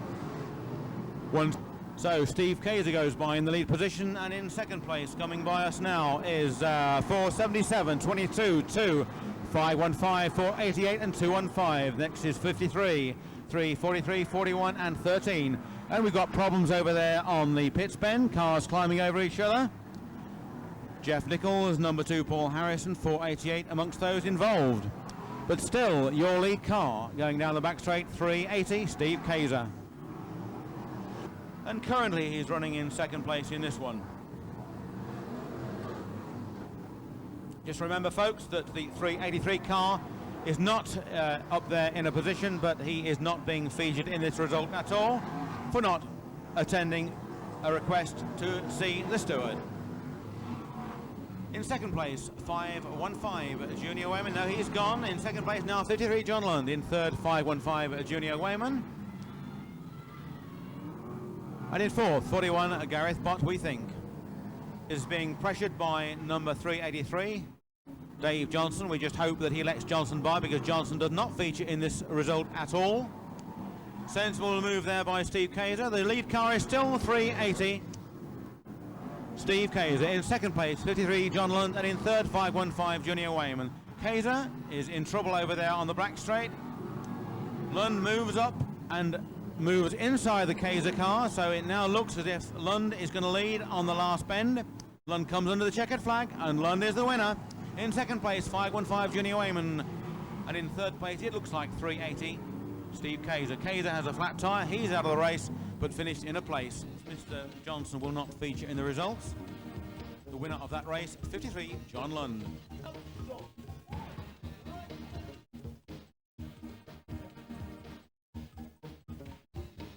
Paul Harrison in car number 2, Keith Chambers in 250, and Jamie Davis in 464. Yeah, well spread. Harrison still very much. 1 month on, Dave Johnson had made his apologies and was back winning Heat 1 at Long Eaton's Midlands Grand Classic meeting. This race session also saw the debut of a super clean Ray Witt shale car and a nail-biting conclusion to Heat 2, which we join at the halfway stage. He was being lined up on that occasion by Harrison again, and those two are still side by side. They're going to tangle there, and Barry Heath will take advantage of this as they go down that back straight. It was Barry Harrison on the inside, he almost got pushed out. In fact, it was Heath who took the worst of that little lot. Car number 343, and it's 5 next time, Mr. Starter. So with 5 laps to go next time, Dave Johnson way out in the lead in car number 383 from 44. Ken Hopes, Harrison third in car number 97, and then comes Scullen in car number 45, and he once again tackles with Cowley. He zigzags down the back straight. Cowley goes off, so does Keith Chambers in car 73 and 250, and all sorts of things happening on that set. Harrison in car number 97. That's how they are as they come down there, and Jamie Davidson having a go in 464, and Scullen's on the receiving end, and both of them in fact tangle up on 3 and 4. The pit man turn, and that's probably put them both out of contention as cars 137, Andy Jacqueline, and number 6, Wilton go bombing by. Johnson's going to take it, car number 383. Keeping that car very much online and on song, and it's halfway next time, Mr. Starter. So as we move into the second half of this event, it's still Williams in car number 83 from Andrew Turner in car number 488. Turner doing his best to narrow the distance between first and second places, but he's not yet succeeded. Still keeping it tight around 3 and 4. Williams still there in car number 83 from Turner in car number 488. Then a bit of a gap until you come to Clark in car number 203, followed by Junior Wayman in 515. Then another gap, and it's Newsman in car number 16, followed by Kaiser in car number 380, Owitz in 180, and Smith Andrew in car number 381.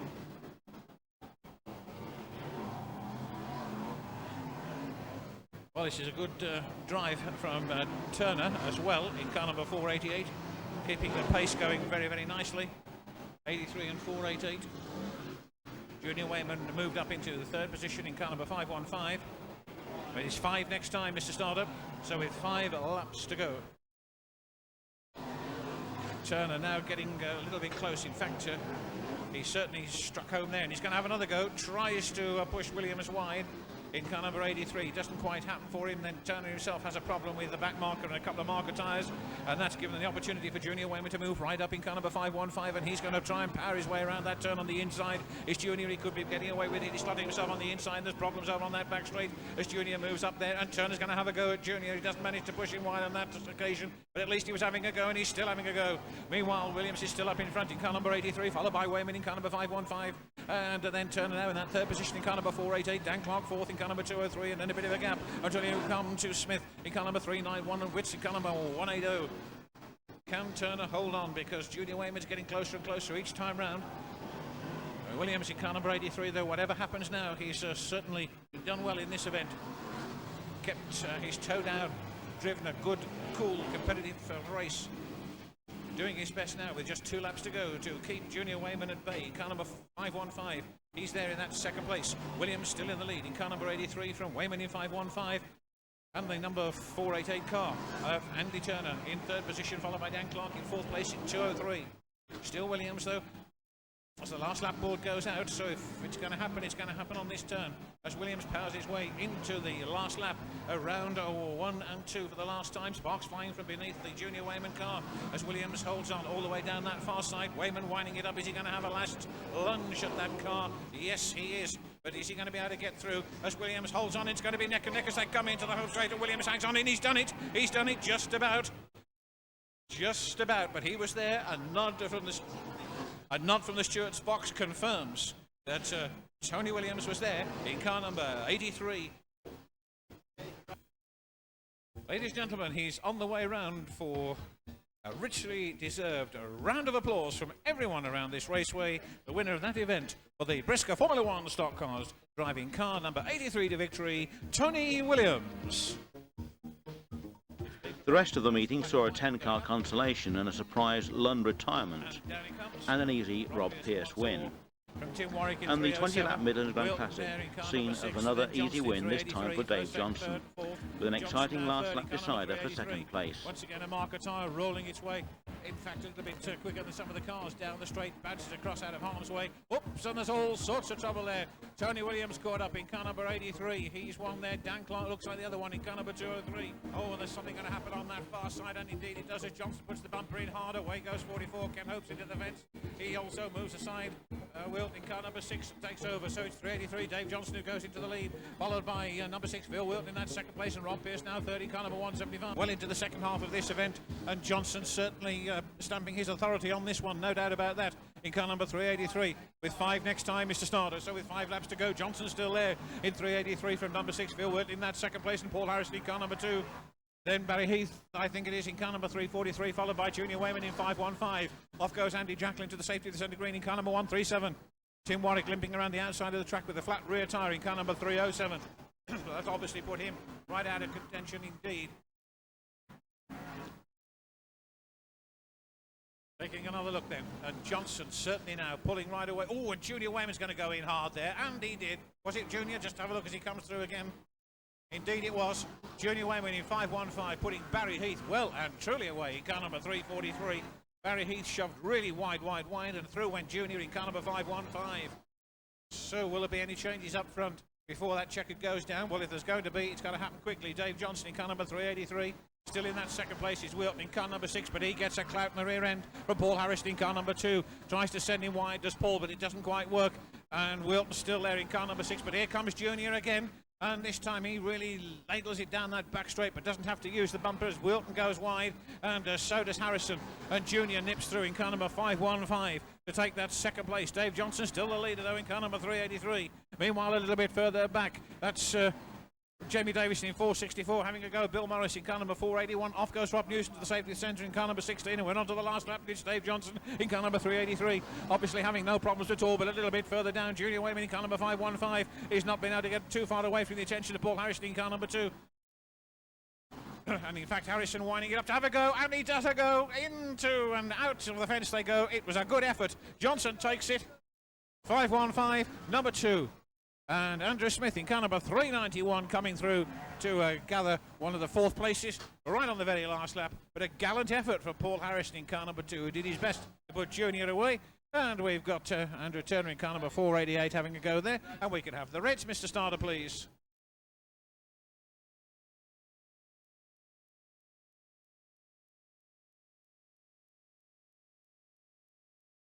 Brisca Formula 1 stock cars here at Long Eaton, and taking the Midlands Grand Classic Trophy home with him, 383 Dave Johnson. No problem as far as the first and second pens are concerned. Yeah, he comes on. Dave Johnson, remembering car number 3, come to grief right by the starters roster, but fortunately off the racing line. A rake goes out of that position, so those 2 cars remain right under the total board in the middle of turns 1 and 2. Going to get clobbered, and indeed they are. Moving around here very, very rapidly. Bill Wilton in car number 6. Oh, and again, sparks flying as bumpers go in. And away goes Hopes this time in car number 44. On to the last lap. Pierce through, Wilton through. Some strange noises coming from one of those cars, at least, as it went through. There's the checkered flag. Rob Pierce takes it in car number 175. Oops. Barry Heath again in car number 343. Down it goes for Phil Wilton in car number 6. Junior Wayman in 515. And a 391 Andrew Smith. The 1997 World Championship entered the semi-final stage on July 12th at Long Eaton no Stadium. mistake, the man who's controlling Adrian this Blackwell start was on hand to analyse the first semi-final grid. Come around that turn, the green flag goes down, and the semi-final is underway. They come around there, and it's Jamie Davison in car number 464 who looks.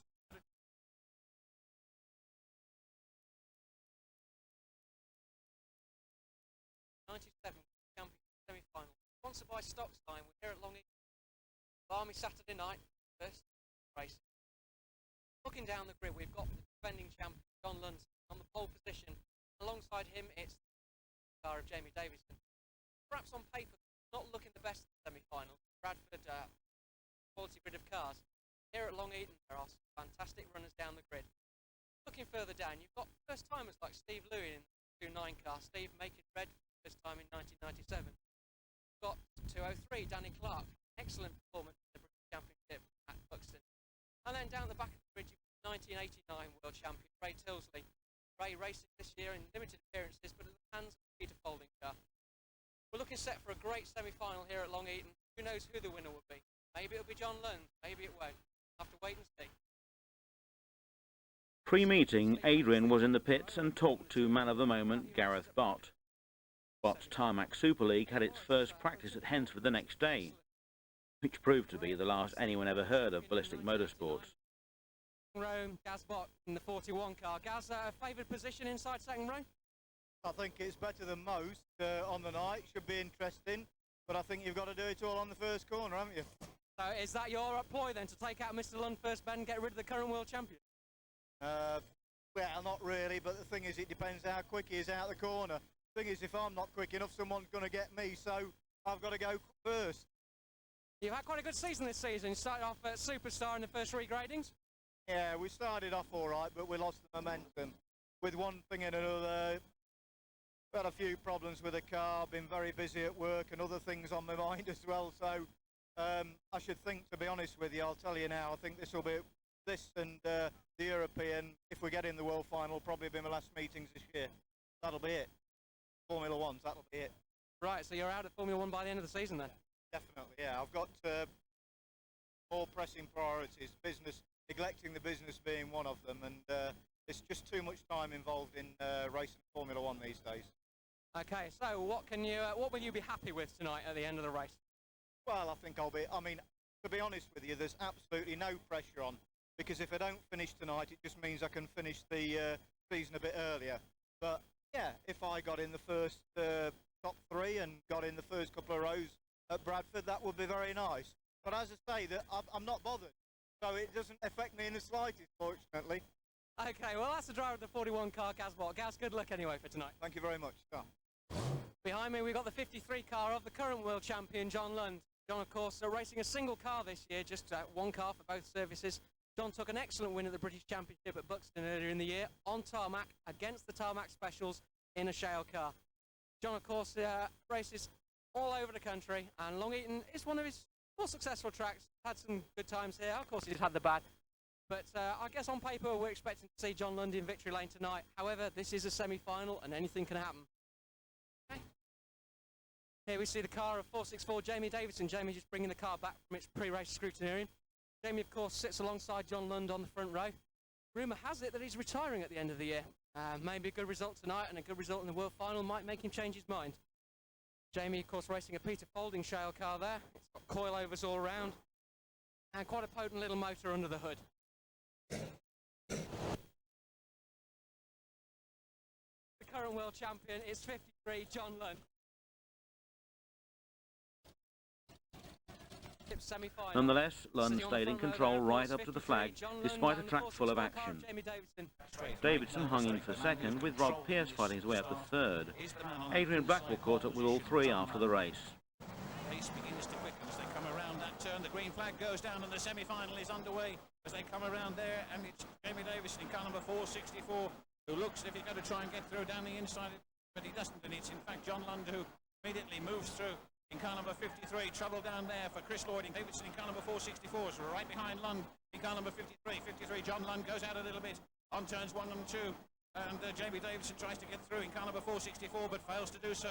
The rest of them herring after, but the 2 lead cars pulling right away. Gareth Bart in car number 41 had trouble making up ground. These cars around this track. Rocks up goes in there, straight in car number 338 total, very competently indeed. A gap between 3rd and 4th place. John Lund in car number 3 goes around that turn there with the number 464 car of and 2nd place. Rob Pearce 3rd in car number 175. Then 203 Dan Clark to Mark Webster next for John Lund, car number 53. Over the line he goes, ensuring himself a front row position. And that's at Bradford. John's favourite tracks. He's been doing well there this year. They're happy with this one. Okay, we're talking to the winner of this semi-final, John Lund. John, congratulations. You must be pleased with that. Bradford? Always. You're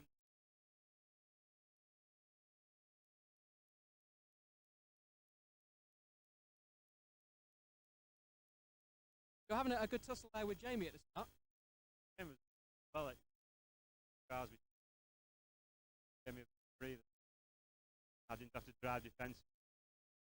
Were you worried about it when they yellowed it? Further back down the Eaton, having any trouble with your car? Quite warm. Tried also the ways to keep it going. I found the best way is to stop it straight away and restart it. Usually get any off. Okay, now you're looking forward to Bradford. Surely must be. Results there this season have been very good. Eaton final double back in May and a Grand National second from that as well.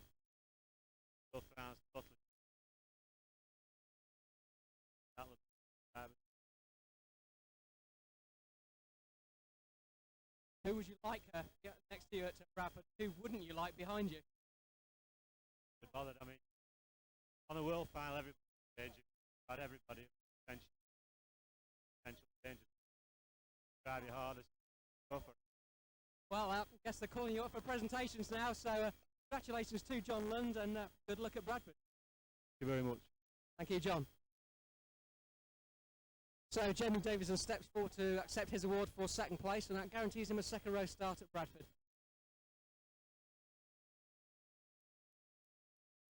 Jamie just getting the kids in there as well. All part of the family atmosphere that is Brisca Formula 1 stock car racing.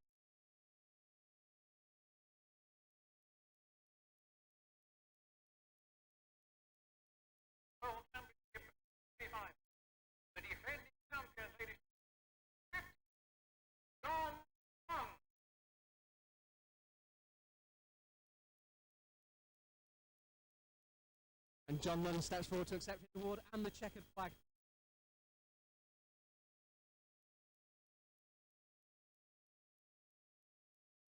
Drivers on the podium there. In third place, it's 175 Rob Pearce. Second place, 464 Jamie Davison. Of course, the winner and defending world champion, 53, John Lund.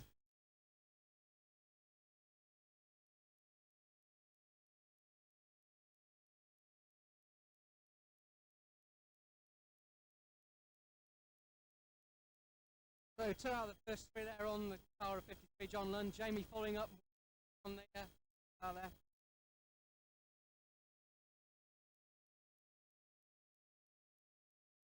So away they go for the applause of the crowd.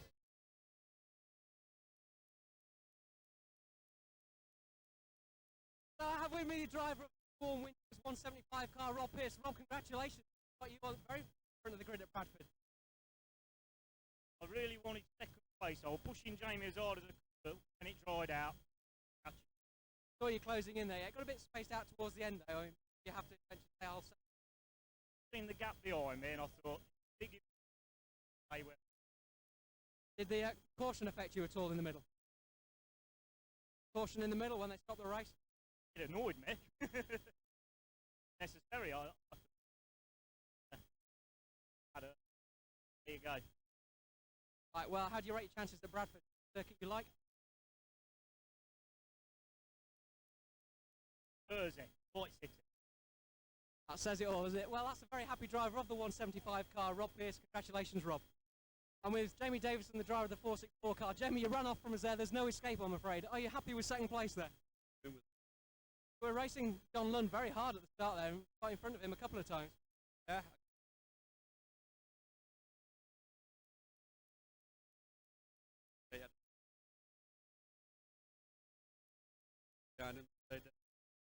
Did you think that the caution might have helped you when they all bunched all the field up? Got rid of the dead cars. Have any problems with overheating the engines? There were a few drivers further back that were losing a lot of water on the track. Got warmer.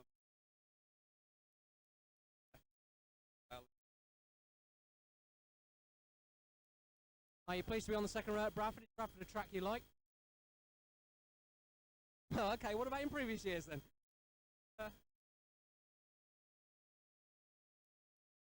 Right, well, that's a very happy driver of the 464 car. It's Jamie Davison. Jamie, well done, and thank you very much.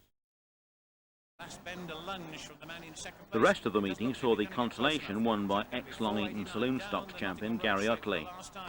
And then the Harold Bosman Memorial Final was won by Dan Clark, with normal service being resumed with the Junior Wayman Grand National victory. All sorts of trouble. Not the least Jamie Davison, who literally pushes and pumps his way through. Dan Clark, though, driving well in car number 203. Steve Smith not giving anything away, mind you, in car number 40. Dropped down just a little bit on that turn. And now it's Dan Clark's turn to show his authority as far as this one's concerned. Begins to pull away and open up a bit. And waved yellows, Mr. Starter. Waved yellows, please. He's on his way round, ladies and gentlemen, with the checker flag and that beautiful trophy. The winner of tonight's grand final for the Brisca Formula 1 stock cars. 203. Dan Clark.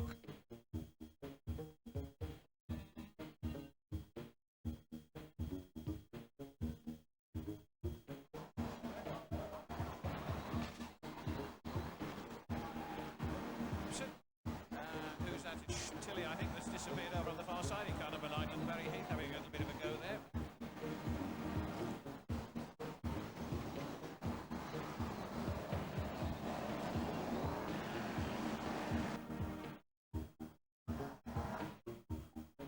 One or two more to come.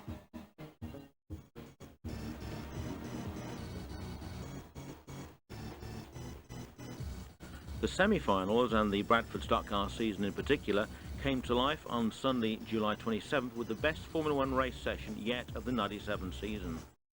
As predicted, the second semi was far superior to the Long Eaton event, although the Sunday afternoon staging and a multitude of support formula made this one somewhat of a marathon for spectators.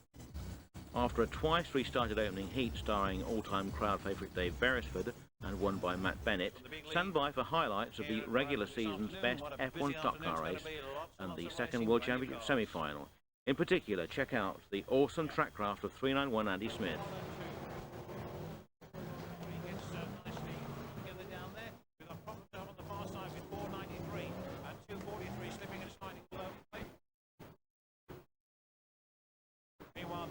Still short till in car number 94 to take the Dutchman out as well. It doesn't quite work. Beresford goes through in car number 260 and so does the 464 car. Oh, and Jamie Davidson has a little dabble.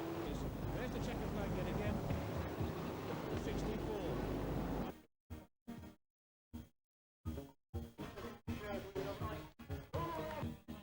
As the power begins to come on and as they come around that turn, the green flag goes down. This semi-final's underway and the first man to go is Kate Chambers in car number 250.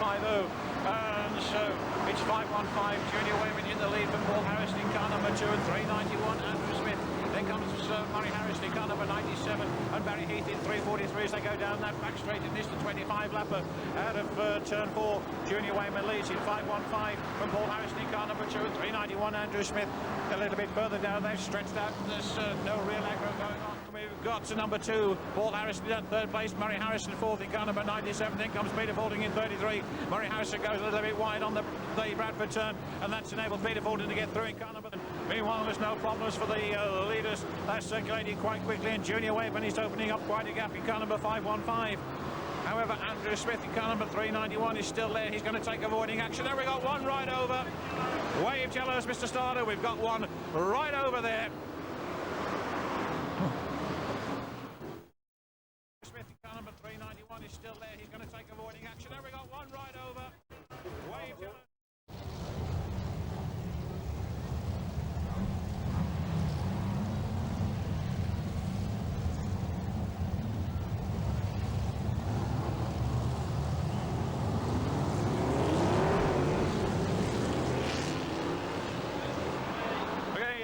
Goes down and we're underway once again with Junior Wayman in the lead in 515 from Andrew Smith in 391 and Paul Harrison in car number 2. Then comes Peter Fording in car number 33.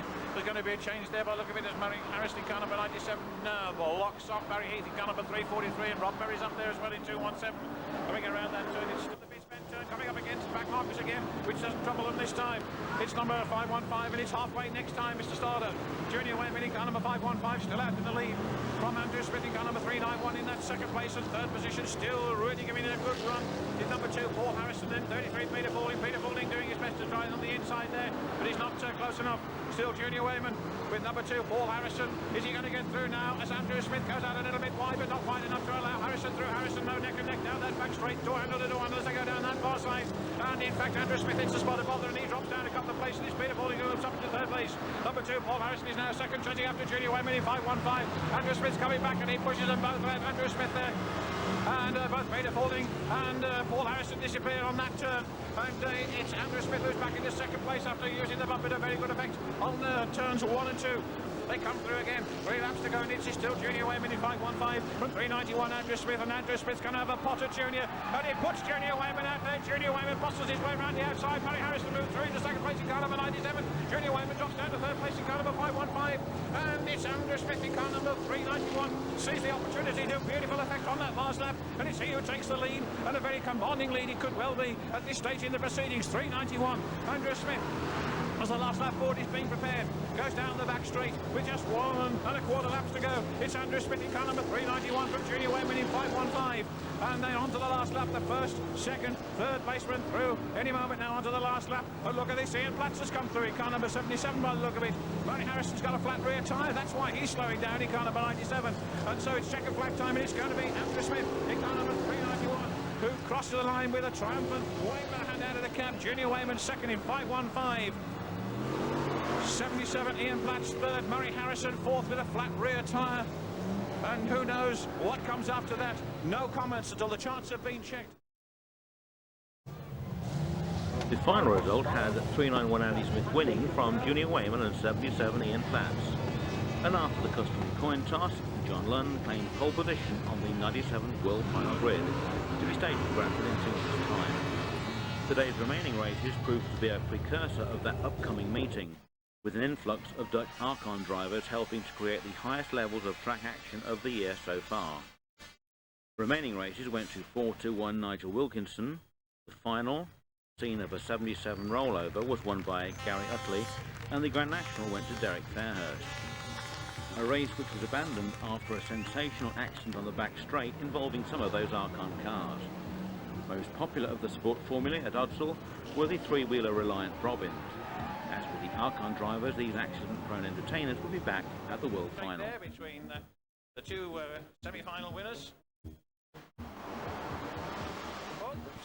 Steve Booth in car number 446, one of the A-graders who fished out of the line-up there, goes spinning round before he even gets around the turn. Oh, dear me, he's in trouble again from the number 2 and 97 car. In that second place of Nick Field. Field goes a little bit on the wide side there. Jimmy Young in car number 106. And number 71, Steve Raggle, winds it up nice. Car number 383 who's come through there. Chris Lloyd is safe as well in car number 284. John Lund in car number 53, the man with the gold top, goes there. And Gareth gets himself caught up on the timber ball. Oh, and that's one of the Dutchmen involved down there. And Wade Yellow's Mr. Starter. Oh.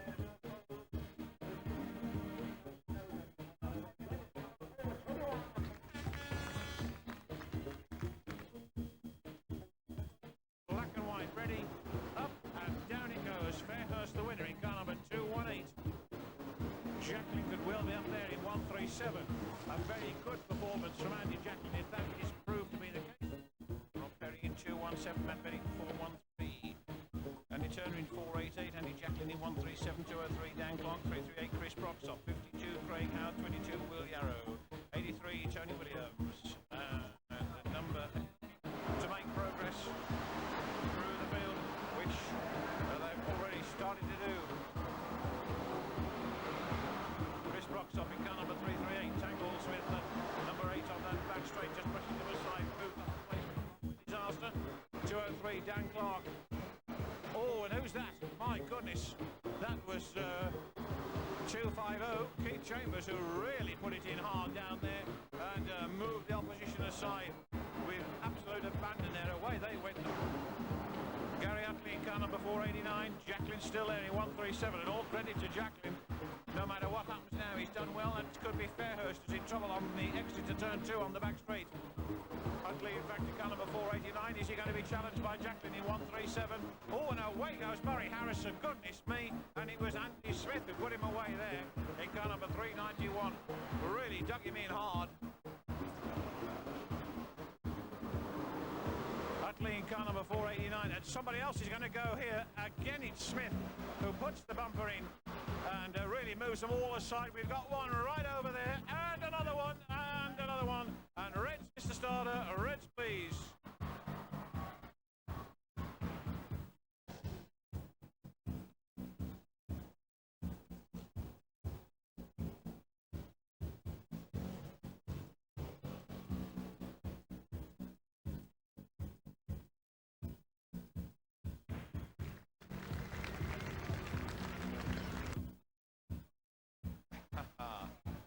Oh, he's nearly there.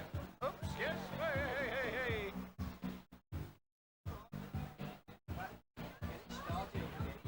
Back on the wheels. Is he going to get it fired up again? Oh. There's another good one. Straight over. Back on the wheels.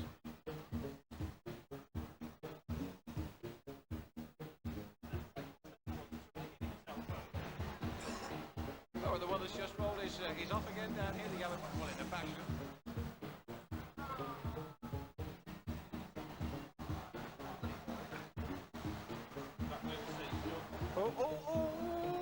Wait, no. Another, oops. Oh, hey, straight over, right on the start-finish line. Reds go out, drivers all okay. There's, of course, some bangers to have a look at before we finally bring the curtain down. This is the Grand National Championship qualifying round.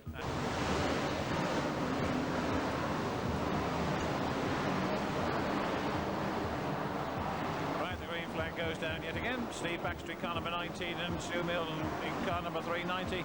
Mal Brown in car number 34. Lead them off as they go roaring round here at full bore. Dutchman number 35 almost hits the fence, but manages to Recover and goes past Junior. Oh, and that's Gasbot straight up in the air and over there.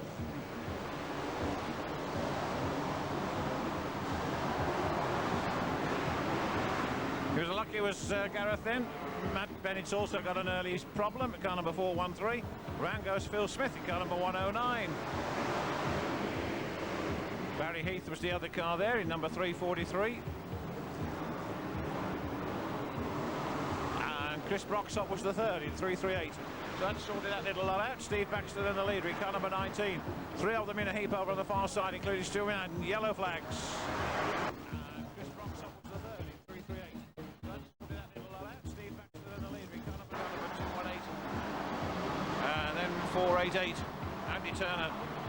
Then 52, Craig Howard, first, second, third, and fourth. That's been in fifth place.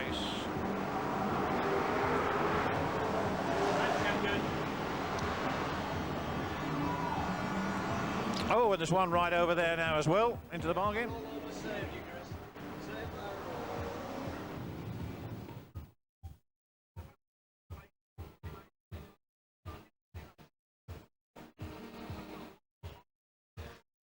One week previous to the Bradford semi was an especially destructive Long Eaton F2 session. Race winners started with 66 Daniel Queenan. Heat 2 on the Grand National went to Scotty Scotland, while the consolation was won by Mark Woodhull and the final Mark Taylor. Surprise Woodhull victim in the final was everyone's favourite national points challenger Bert Finnegan. At this point in the season, the national points number one was still Rob Speake with 1,150 points, but Bert was now closing with a score of 1,096, just 54 points adrift. And again, let's see if we'll go for his third one tonight. At the moment, it's Dave Massey 977, the early race lead off on 197. Steve Whittle, Darren Cottrell almost goes up onto his roof with the Scottish Scotland car tangled there. Scottish Scotland's almost flipped over. Involved 2 is Alan Beale 515. Those three cars have separated themselves. This will be a good drive from Russell Taylor all the way from the northeast. Quickly dispatched into the wires, courtesy of some of the faster moving cars. John Lewin there.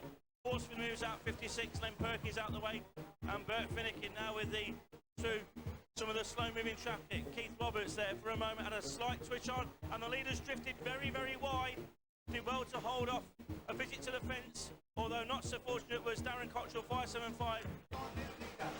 At the moment it looks like 34 has been shown as the new leader, although possibly he went out, and Finnegan's gone to, along with 335 Mark Woodall. I know Mark Taylor also well positioned up amongst the leaders, just having the lap charts checked, but at the moment it's 34 Darren Cottrell 575, 903 Roger Mitchell, and 40 Mike Dignan. Red top drivers John Lewin 159 and 242 Martin Heath.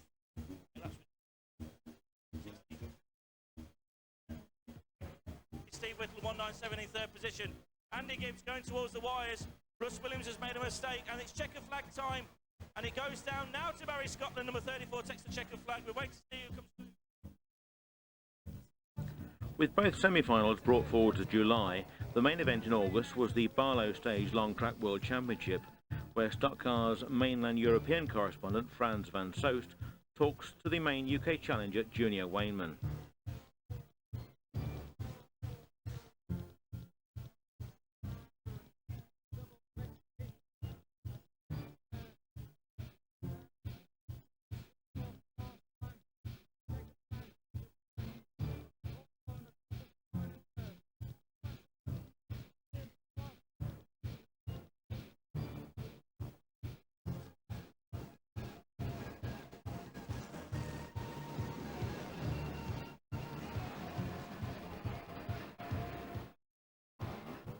Next to me is the hot favourite from the UK, 515 Frankie Wayman Jr. Well, Frank, at the beginning of the season we were talking about it. You've won the New Zealand Championship. You could become the first driver who wins all 3 titles this year. And this is the second hurdle you've got to take. So what do you think? Yeah, like you say, it would be nice to win, you know, the other 2 with the New Zealand Championship, obviously. With the car supplied by Mick Ogden Diesels, you know, I could have a good chance. We came practicing in July, and we're quite happy with the car, so, you know, it's very much on the pace. I see a couple of Dutch drivers have done some more alterations for today, but we'll give it as best shot, see what we do. What do you think will be the biggest problem for you? Is it going to be the tyres, or is it going to be the people in front of you?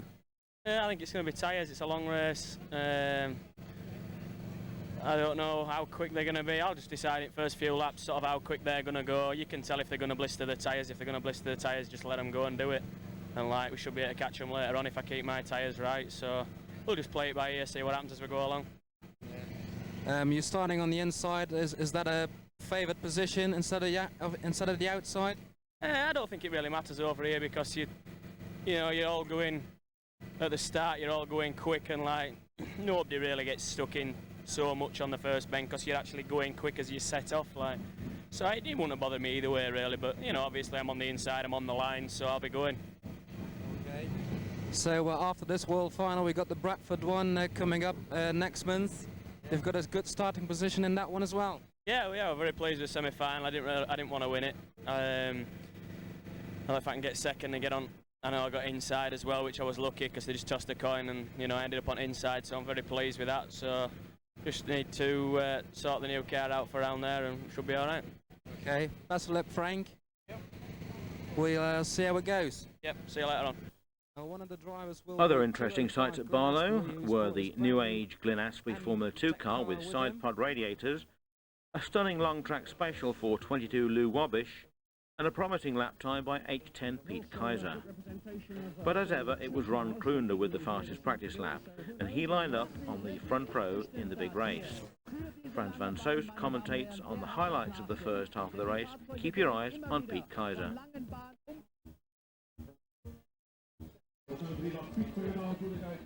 It's been having mixed success on the long track, but went all right 3 weeks ago, the final practice session. Now we've got 22 low wobbers, who will be a main challenger for the title.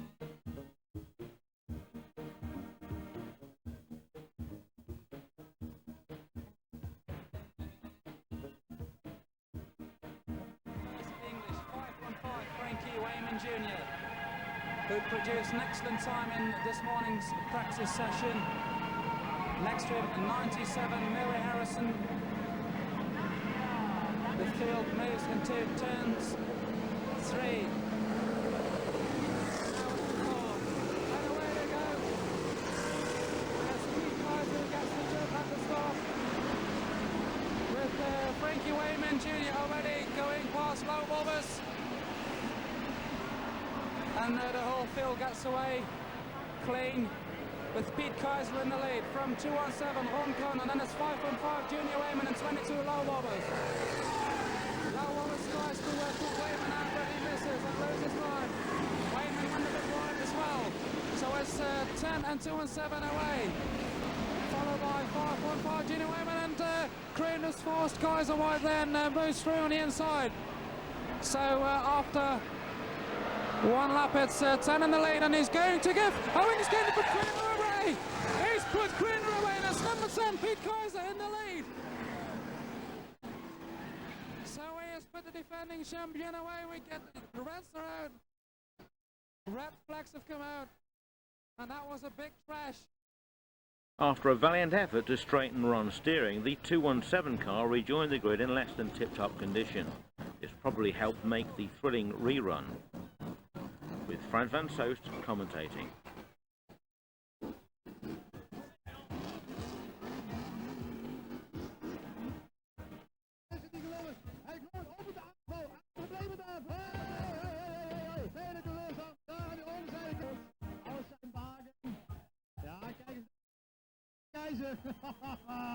Ja, Pietie krijgt nu al applaus, want die hebben er weer hard aan gewerkt. Ja, aber Karl, hier links das Publikum mit Buhrufen. Hier, da sind die ganz harten Fans. Problem zu sein für Ron Kroonder. Die lukt op de pad. Voor Piet Kaiser dat ik toch van start kan gaan, want ging eigenlijk erg leuk in de eerste ronde. Dus ja, het is gemengd hoor, het is veel applaus en veel volk. Dat maakt niet uit. Maakt ons niet uit. Ladies and gentlemen, now go, Stoke car races. Ron Kroender, after length repairs, has taken his place alongside Pete Kaiser on row 1.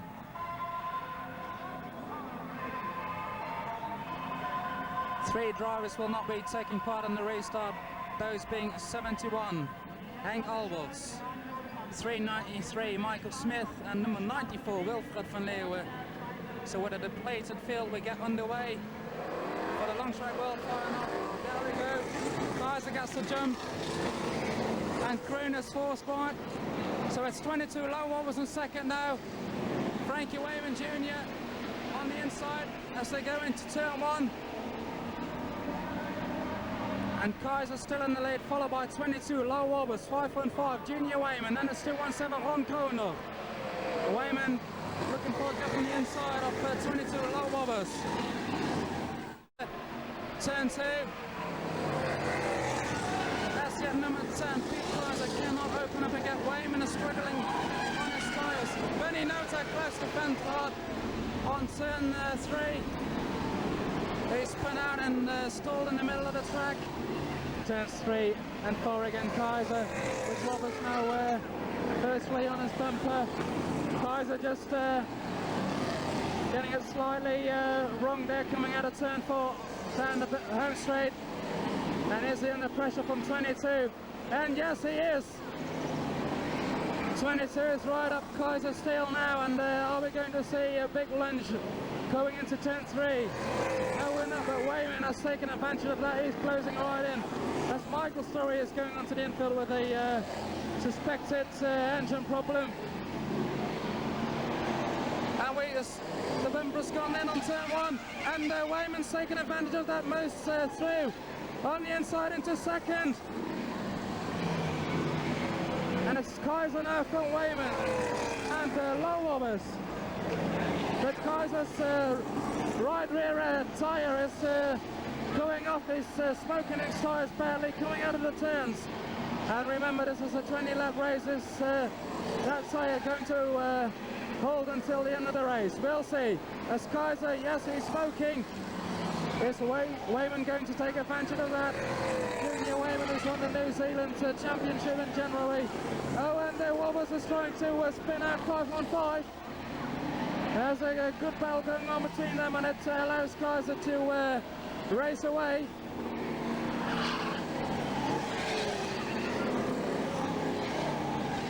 But we're now getting some back markers, which might make things interesting again. Kaiser and Kroender's going right there. Kaiser still not certain of the win.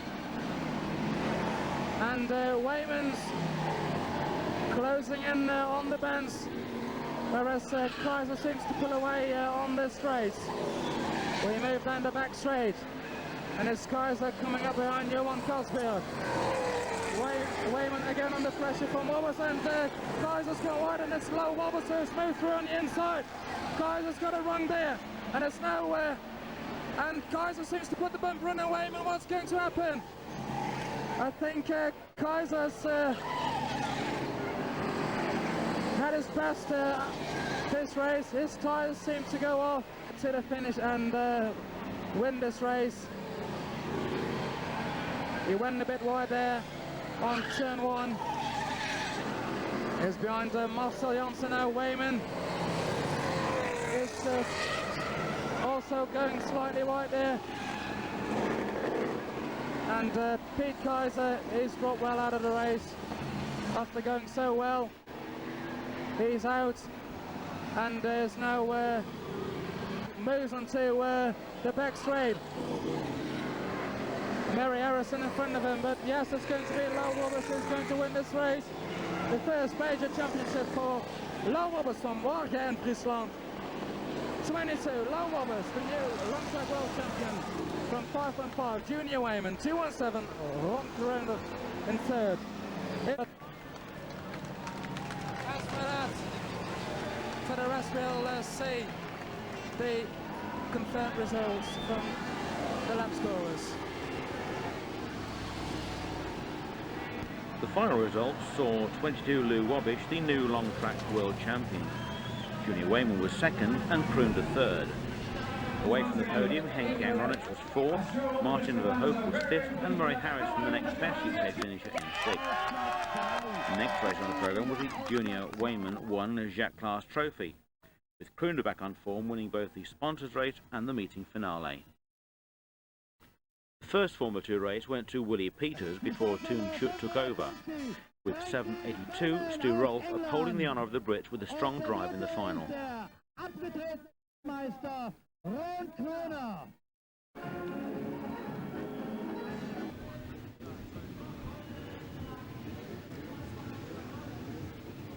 Number 15, Karel Peters at the end of the short section between turn 3 and 4. First retiree is Stuart, getting into heavy traffic, and at 24 who's now leading this race with Cleveland Lear. Oh, and he puts him into the dead.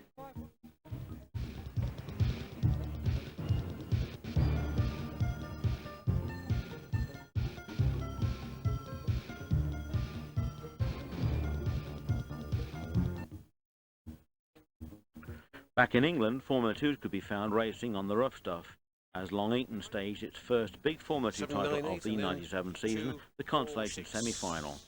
Dave Greenhalgh commentates on the big F2 race. In car number 152. And Peter Gilbert in car number 542. So the green flag goes down and we're now underway. Let's see how we go. As we start this 20-lapper, not a good start for number 239 down there. Jeff Coleman, he's high and dry as the rest of the field pass him by. First half of the field safely around turns 1 and 2, and over on that far side things are happening. Back end slipping and sliding right out there as they're coming into the home straight again, and it's number 69, the lead car. Simon Chalkley in car number 69, from Nick Payton in car number 192, and Simon Ricketts in 228. Then Skayman in car number 177, and the 170 car of Mark Helliwell. Already being stretched around there, 344, the first of the star men apparently to make any effort, and that's Phil Woodall in car number 344. 177, Alan Skayman has a go at the back end of the 228 car, and Mick Saunders involved in car number 152 up there on the pit bend turn, and that's not going to help his cause at all. In fact, it looks as if he's out of this one as well, and that puts paid any chances that he might have had of qualifying for this year's World Championship. One of the big names that we're missing from that lineup. Still Chalkley over on the far side in car number 69, but Payton in car number 192 is closing up, or was. However, Payton's gone wide and puts himself straight into the wires down there on the pit bend turn. Dreadful mistake then. In he went, and it looks as if he now is going to be sidelined and watching the rest of this race from that position in the safety fence. Or is he? No, he's actually got himself restarted. But it's cost him a lot of time and a lot of ground. Still Chalkley in the lead in car number 69 from Helliwell in number 170 in that second place, and Ricketts third in car number 228.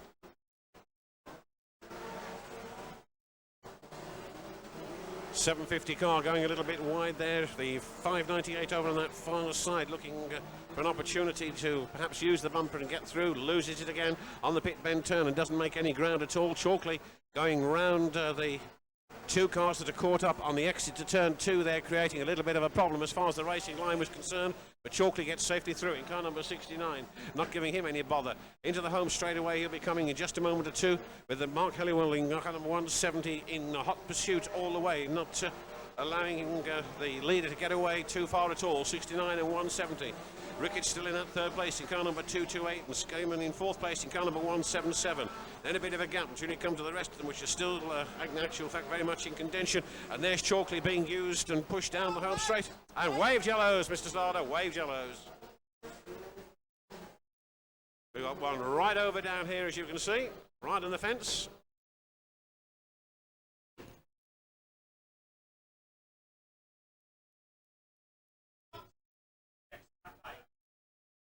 .69 your leader, Mr. Starter. In position.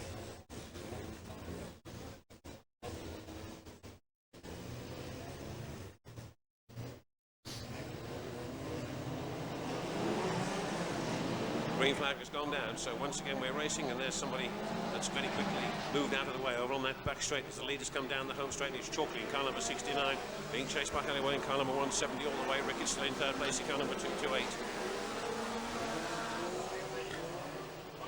And it has changed, in fact, quite considerably there, in so much that the leader, as he comes down the home straightaway and underneath the starters roster, is now that number 170 car of Mark Halliwell, with Ricketts moving up into second place, but being put under a great deal of pressure from Chalkley in car number 69. And Chalkley, in fact, will well wrestle his position back as he goes down the Nottingham Road straight into the big bend turn on the inside, keeping Ricketts on the outside. Halliwell comes down the home straight, he's in the lead in car number 170 at the halfway. Next time, Mr. Starter. So the halfway stage, and next time round the Union flag will be out. Oh, there's trouble over on that far side, another one there broadside across the track after clipping the fence, and in fact that fetches a wheel off there, and it's 69 the lead car, 69 the lead car. Just checking to see if the driver's all okay on that far side, and indeed it looks as if he is. So it's Chalkley who's back in the lead in car number 69 from Ricketts in car number 228 in that second place, and it could be Pete Gilbert who's moving up into third place in car number 542, and that's confirmed with a nod of the head at the side of me. So it's car number 69 and 228 first and second place from Gilbert in third position in car number 542. The number 824 car as well of Rob Johnson moving through very quickly indeed, and he too is also in the places as they go down that far side. Things beginning to change now a little bit. Chalkley in car number 69 will surely be finding himself under far more pressure very shortly as Gilbert gets the bit between his teeth all the way around this long Eaton raceway, and in fact he's pulling them back very quickly indeed. He's about to attack Simon Ricketts in car number 228. It gives Ricketts a shove, almost puts him out, but Ricketts in fact keeps the door closed just for a moment longer as Gilbert tries to get through on the inside in car number 542. Still Ricketts keeps him at bay in car number 228, but it's the inside line for Gilbert which gives them a slight advantage, but all credit to Ricketts as again he shuts the door, and whilst those two are battling it out, Chalkley's unable to break away just a little bit. This time though Gilbert gets through on the pits bend turn and moves up into second place with 5 next time, Mr. Starter. So with 5 laps to go, it's still Chalkley in car number 69 from Gilbert in car number 542 in that second position, and Ricketts third in car number 228. Then comes the number 824 car of Rob Johnson in fourth position. All of them moving around here. Oh, and that could be nasty. We've just mentioned that man, and something's happened there. A hose gone or something like that, is it? That's number 824. 344 and 642 are there as well, and the 642 car of Dave Luscombe getting ready to swing into action by the look of it, and the man who could be on the receiving end in time now is Phil Woodall in 344. However, still up front is Simon Chalkley in car number 69, driving an extremely good race, but Gilbert is after him all the way in car number 542, really doing his best to shorten the distance between at first and second position before that checkered flag goes down. Remember, the first 6 drivers were those that will go through to this year's World Championship at Cowdenbeath later on in the year. 824 has just pulled off, not a surprise that either, because it was obviously in trouble in the early stages. 69 and 542 in first and second positions from Simon Ricketts, still third in car number 228. Then we've got number 642 by the look of it, followed by 344 and 355. Just check that through as they come. There's Chalkley in car number 69 from Gilbert in 542. Then Ricketts in 228 from Luscombe in 642, and Woodall in 344 and 335. Bryn Thomas is up there as well in car number 690. He no doubt would like to get in there with a chance. Maybe he will have before that checkered flag goes down. But just look at this. Gilbert, in fact, is now moving up all the time, but there's not enough time left. It's going to be a win for Chalkley in car number 69, who's certainly driven a good race. Comes out of turn 4 for the last time. There's the checkered flag. It's going to go up, and it does go up and comes down for Chalkley in car number 69 from 542. 642, 344, 335.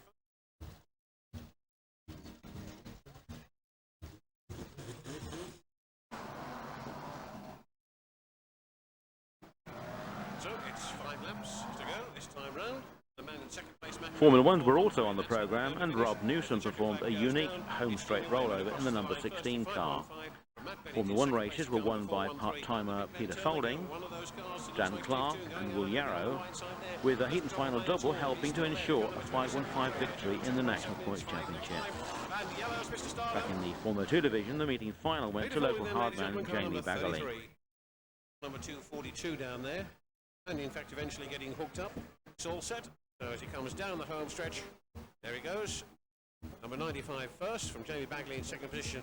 And the 955 car clips the fence post as he comes down there and rips off a chunk of the back end of the cars behind him, which of course he wants to do, and he'll be putting a few more in because they're all slipping and sliding all over the place on the big bend turn.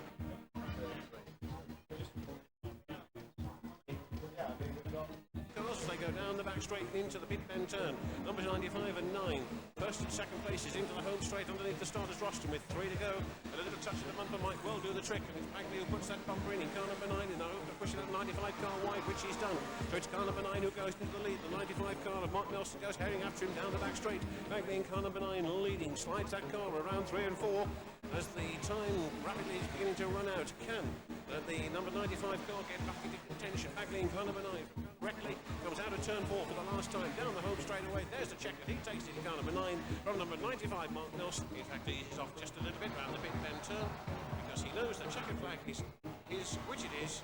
515 Junior Wayman first across the line from Andrew Smith in car number 391 and Peter Fordy. So checkered flag time. Down he goes. Will Yarrow takes it in car number 22. The rest coming through.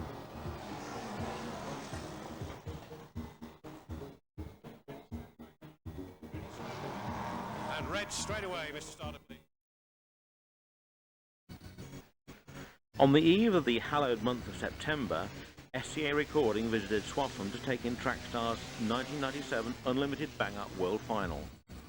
And along with almost everyone else, we were quite confused after seeing a Brisca quality last lap lunge decide the outcome of the race. Watch out for the 63 Rover SD1 of Rob Klein in the consolation, right after the action highlights of the 1997 Unlimited Bang Up World Final. The race leader, he goes through just and the leader gets taken out and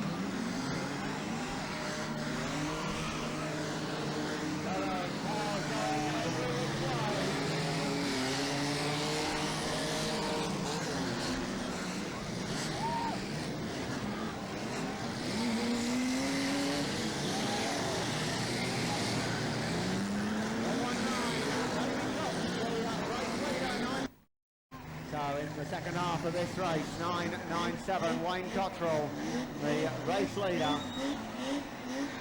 541 gets taken out down there on the Downham Road turn. And 997, Wayne Cottrell now has lapped the entire field. 3-2-3, Richard Hughes in second position. 9-7, Marcus Goldsmith, middle turn, number 997, Wayne Cottrell goes gold.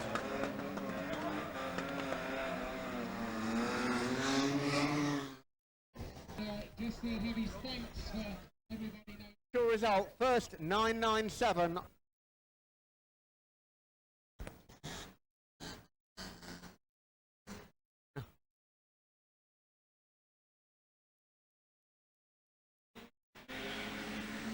And not for the first time this weekend, a big smash on the pit turn.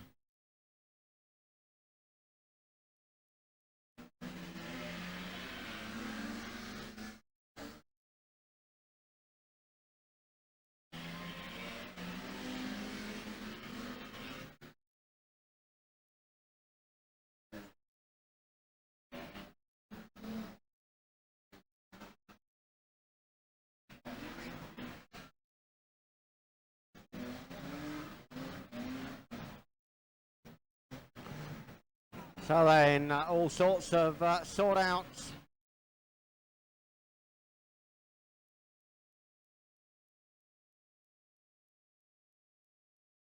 One.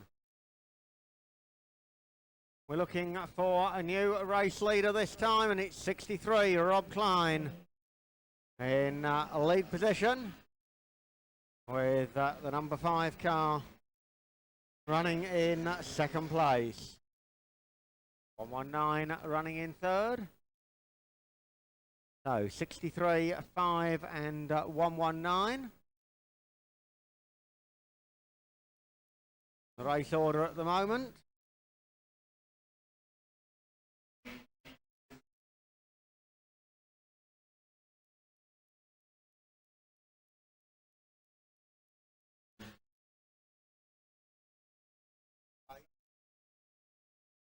So 63, Rob Klein goes through and he'll have 3 laps to go next time, Mr. Starter, 3 to go. 119 goes up to second position. And there's not much else left running in actual fact.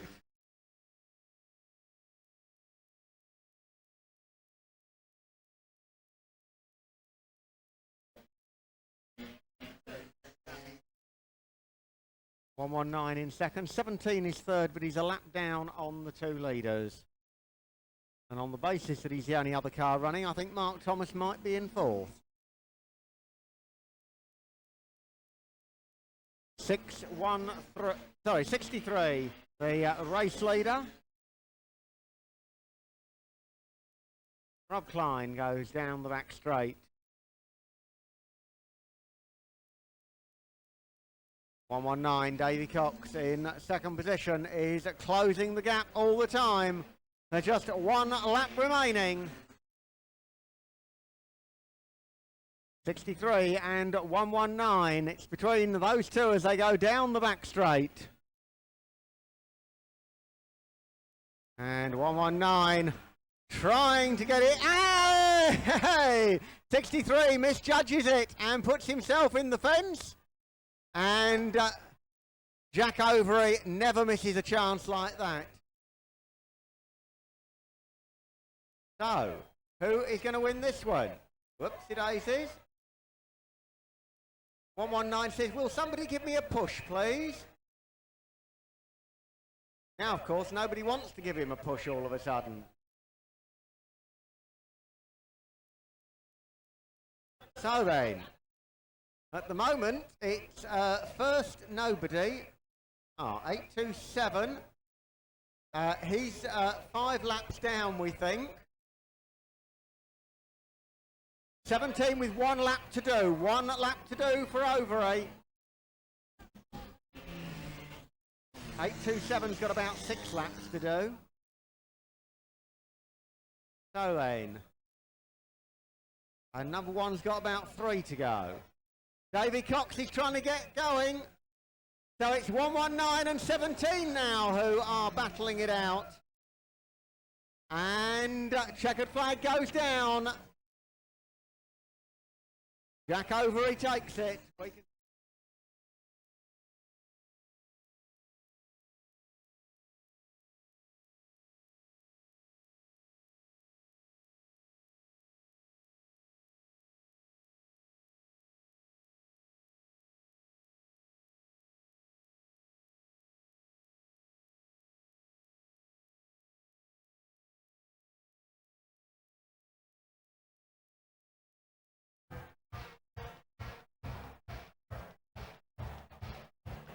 "27 days into the month of September saw Odsal Stadium Bradford stage stock car racing's unquestioned #1 event, the World Championship Final.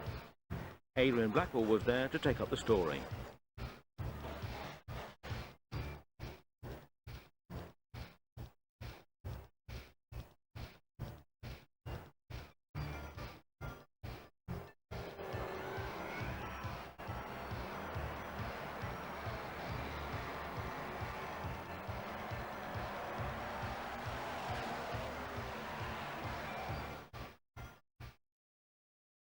To Odsal Stadium Bradford for the 1997 staging of the Formula 1 Championship of the World. SCM Video is here to cover the event. Lining up on the front row of the grid, we have 53 John Lund, the defending champion, and of course trying to equal Stu Smith's legendary record of 6 world titles. Alongside him, 391, Stu Smith's son, Andy. Andy looking to repeat his success at the last time the meeting was staged here back in '94 when he took the title. And of course behind them sitting is 515 Frankie Wayman Jr. Frankie looking to capture his first world crown, although he was down in New Zealand back in January and captured the world 240 cubic inch title. Behind me you can see all the foreign drivers lining up on the track. They're about to start off on their qualifying race to determine their grid positions. It's going to be one heck of a race and we'll be here to cover it for you. Looked like 228 was in a bit of trouble over there, and there's a bit more trouble on the far side with Bimore gunning. First race of the day saw the new long track world champion Lou Wabish take easy victory in the overseas qualifying race. While further down the grid, Bob Ciccone over-revved the spare 391 car and joined Ron Krunder as a spectator for the big race. Frank Francois got the 217 story after the event, while Adrian Blackwell caught up with row 1 starter Andy Smith. From Dave Kennedy from New Zealand in car number H75 or NZ75.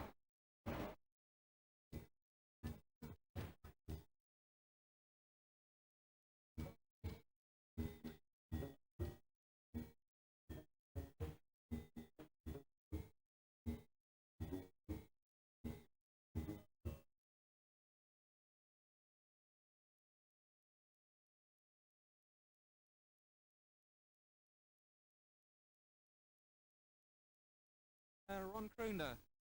Ron, what happened about a month ago at a startup?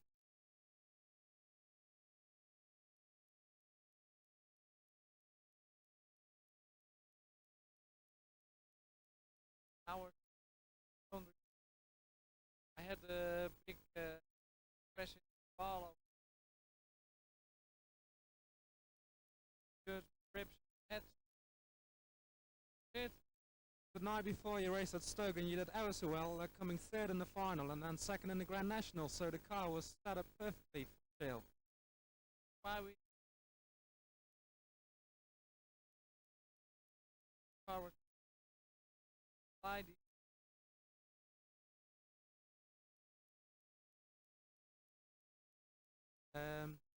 How do you feel at the moment?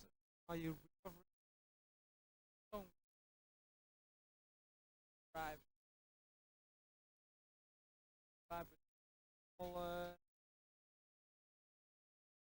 Then you might be injured again. But what I want, you'll be probably back at the Dutch raceways in the next couple of weeks. I don't know. I had to go for everything's okay. I'm gonna drive. It's a shame that you can't race today because you qualified as the top Dutchman for the World Final. Perhaps next year, when it's on shale again, you can show the true potential of the folding car.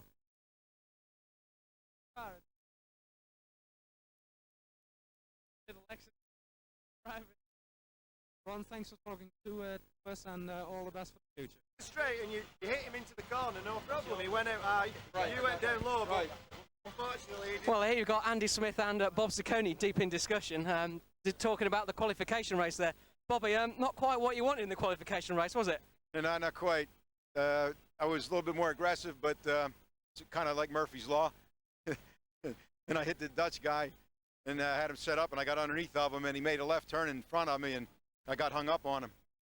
And that was it. I believe you got problems with the oil pressure of the car now, though. Right. After I got it restarted, I forgot to put it in second gear. So it sounded neat, but I lost the oil pressure. Now that I don't think we hurt the engine, but we're done for the night. I guess that's something if you didn't hurt the motor, but it's a real pity that you come all this way and not get in the race. That's the way it goes. I mean, that's racing. I could go 20 miles away from where I live and do the same thing. So it was fun to see England and fun to race against everybody. And it was nice of Andy Smith to lend me his equipment to run. It's really good equipment, and I naturally hope he wins the race. So, but it's just racing. That's just the way it is. Well, it's a shame to see Bob Ciccone out of the race. Andy, though, sitting on the front row there outside of Mr. Lund, you must rate your chances pretty good. Yeah, I suppose I do. Yeah, just going back to what Bobby was saying, we're a little bit disappointed because we came testing yesterday here at Bradford and me and Bobby went out at the same time. First time he'd sat in the car, he buckled up and he went out there, and he was very much on the pace of me, you know. So he did really well yesterday. You know, I'm very disappointed that this thing's happened, because I think he could have made a good showing, you know. It's very different for him, you know, going out there. He was instantly fast in practice, but when you get a few more cars out there, and I don't think they have the respect like they do in America, you know, you've got to really fight for that line up the inside. If you ain't got it completely, then they just cut across you, and that's one of them things. But as far as that goes, yeah, we were a bit disappointed, but hopefully our luck will change, and I'll do the business. Okay, I believe you opted for the big block car for you to use tonight? Yeah, I mean, it was a toss-up which car I raced, really. We wasn't too sure. I just went with this one because I've been racing it for 3 or 4 years now. It's a good, reliable old thing, you know. Yeah, whatever, we'll see what happens. Well, it seems to be the way. In '94, you had problems in the week leading up to the World Championship and then went and won the race. There's problems here today. Are you going to win the race? Don't know, yeah, in '94, the engine in the car we planned to race broke 3 days before the big race, so we raced the completely wrong car, and it all went perfect, didn't it? So hopefully we'll be in for a repeat tale. All right, well, do you see big things happening on the first bend, or is everybody just going to take it steady? Are you going to slip in behind Mr. Lund and follow him around from there? Sure, if big things do happen, I will see it, won't I? But I don't know. I don't know, young Wayman might think he's got to do John straight away, but then again, it isn't the track where you can do somebody straight away, because the wall's there for people to bounce off and you're still in with another chance. It's not like the post and rope situation where you can get rid of somebody and they're gone. So I hope we all get through the early laps and we can have a real good race. I think there's going to be a lot of traffic out there, so the fastest man isn't necessarily going to win the race. But hopefully, you know, it'll be good and clean early on and we can be there or thereabouts towards the end. Well, that's great. Well, we wish Andy Smith good luck. Bobby, real tough deal, but thank you for coming over to England anyway. Pete, thanks, I enjoyed myself. Well, good luck to Andy and commiserations to Bobby.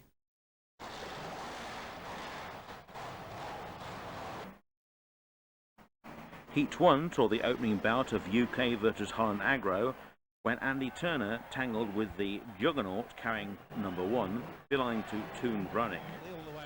Meanwhile, David Toulson made an ideal comeback to Brisca Formula 1 with a fine heat victory.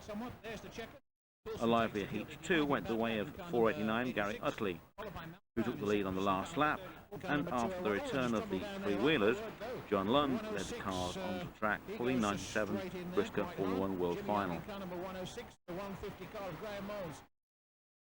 226, Mark Webster goes by. Last lap board goes out. 277's the man, Martin Southwell. Done very, very well. He goes wide on that turn, and there could be a change, and indeed there is. It looks like Gary Utley, who's gone into the lead, in car number 489, right on the very last lap.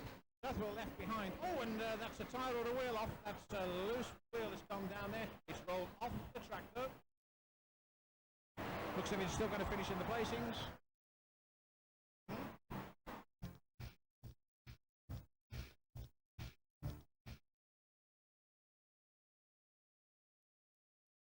So oh, yes, they're already started. Look at that. Up, up, up, up, up. So it's lovely. Back on the wheels he goes. Oh, talking about fun. Whoops, way! Whoops! It's all over the place. Bits of fiberglass all over the place. That's another one. Look over on the side there. Whoops. Look. Oh, it's got to happen. Oh, and away they go. Bounce back again. They both have. Yes, they could be fired up and be on the move in a minute. They are. They're on the way. Okay.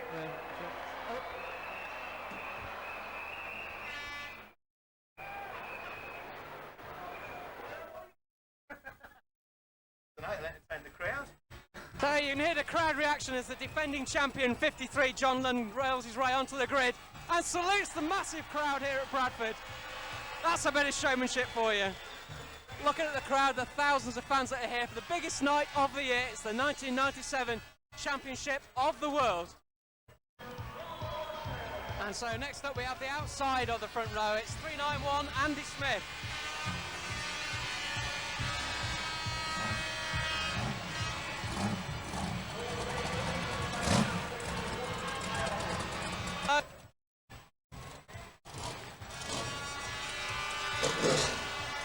There goes Frankie, supremely confident as ever.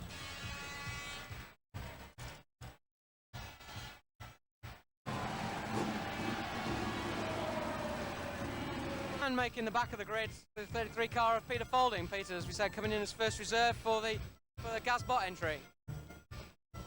That's Peter's father, Rod, sat in the driver's seat. Rod used to race years ago in the number 36 car. Oh, dozen or so presentations to do. And the grid starts to take shape. Everybody looking fairly relaxed still. There's Andy Smith down the front, who's just been talking to John Lund. All the mechanics seem fairly easy about it all.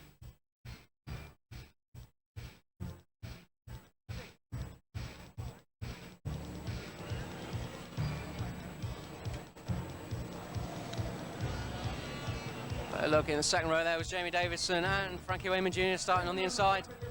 Dave Tennant there sat coolly on his car.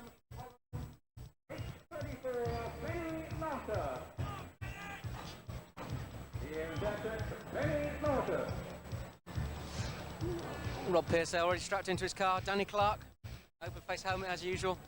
Danny's trademarked the cling film there on his visor, ready to peel that off when it becomes all clogged up halfway through the race. Dutch drivers stood on the beams on the infield waiting to climb into their cars.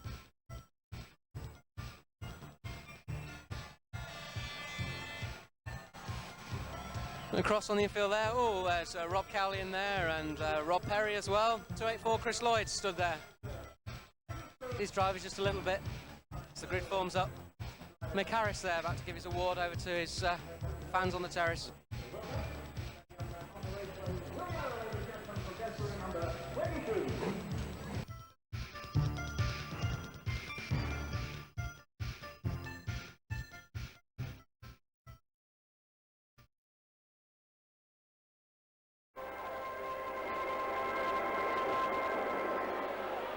Gentlemen, are you ready?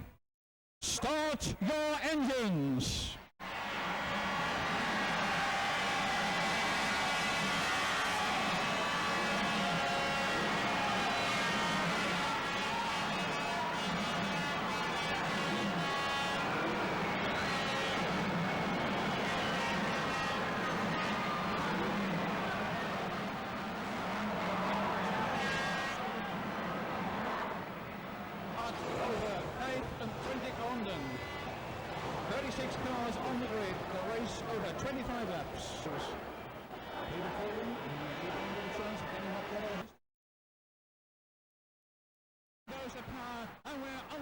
With the 1.5 rolling laps complete, the crowd ecstatic and over 30 V8 Chevrolet engines screaming, the green went down and John Lund broke into an early lead. Davison was the first to go and Junior Wayman dropped into third behind Andy Smith. Stage 1 of the 97 World Race started within seconds of the green as the leaders forced their way into a packed field of back markers. Inevitably, London was slowed by back markers and down the back straight, Wayman ploughed into the resultant strain. Smith was caught in the middle and the 391 World Challenge ended on turn 4.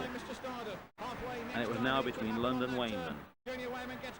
Once again, back markers slowed Lund and allowed a telling Wayman challenge into turn 3. Lund went wide, Wayman took the lead, and with the track choked with dead cars, the yellows were brought out.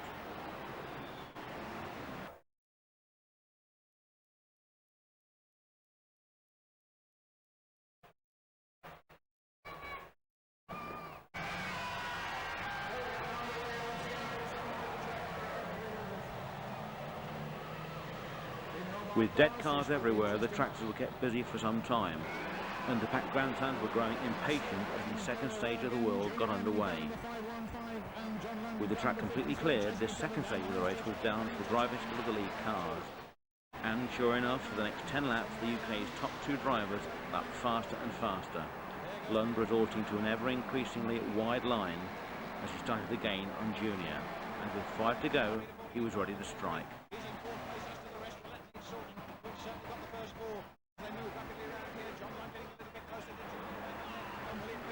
But as John Lund started his killer blow, disaster struck as the red 53 Nerf rail snagged the back straight plate. Lund slid wide, desperately looking for traction, and Junior was away and clear. But with everything seemingly settled, in sight of the lap boards, Junior rounded turn 4 to see the 34 Benny Nautica bound into the racing line. Lund saw it all and hammered down the home straight directly into the side of the Wayman machine. This could easily have been the end for both drivers, but Lund raced away to win his 6th World Championship, joining Stu Smith in the record books and sending the crowd wild. Down that far side, and it's John Lund who streaks away down that back straight from his title as he goes round the turns 1 and 2 again, down the back straight for the last time. John Lund in the lead, he come number 53, and it looks as if he's got to retain his title from Junior Wayman in 515. He's going to turn for the last time. Here he comes across the line, and he retains the title, ladies and gentlemen, the 1997 World Champion, John Lund, number 53.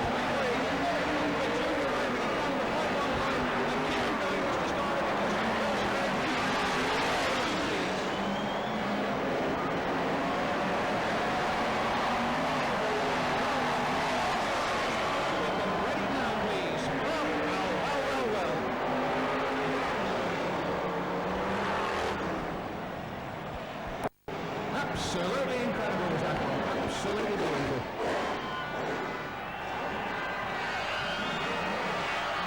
John Lund retains title number 53 from Junior Wayman, car number 212.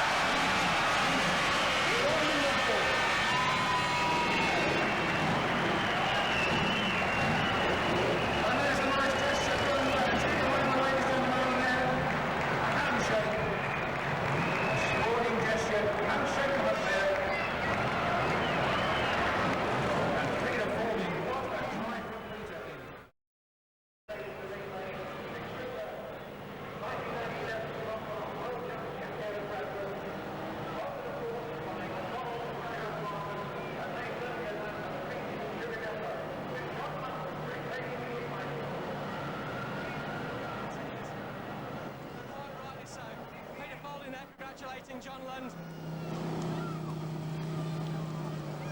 And Stuart Smith there, that's a very nice touch. Congratulating John on equaling his record as a 6 times world champion.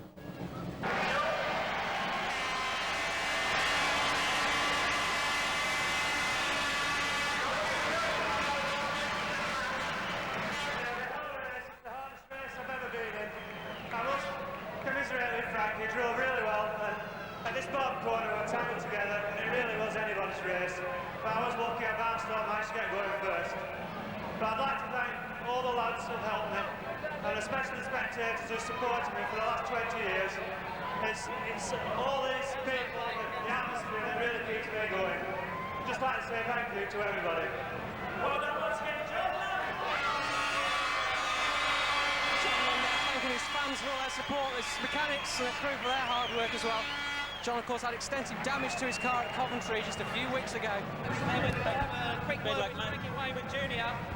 What was that race like for you? It's a great race from up there. Absolutely brilliant. Loved every minute of it. The car just bounced out there and caught me, and John got me back up. But you know, that's stock car race. I'm very chuffed with second. Good to come second to John because he's a real good driver. I guess a little bit of disappointment perhaps, but you know, you must have thought maybe this is it. I guess when you was out in front. Yeah, I got a good lead on John. I thought that's it. I would have settled down and only a few laps left. Then we just caught that car like I said. Third last year, second this year, next year maybe. Maybe. Okay, thank you, Wayman Jr., ladies and gentlemen.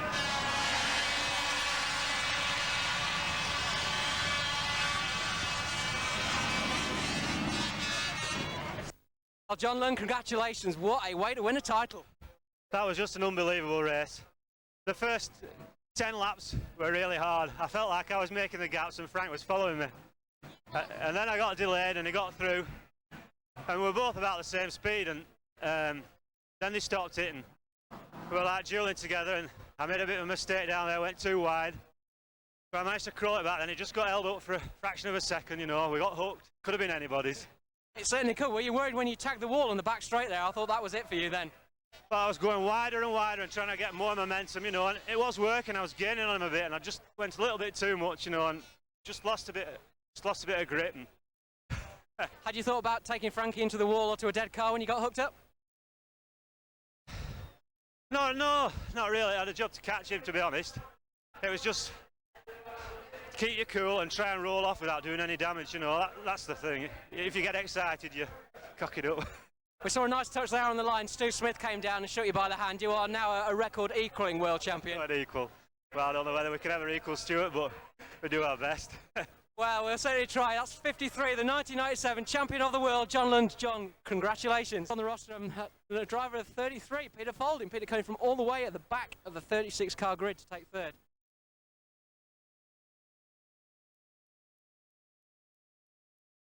Okay, in second place, he led the world final.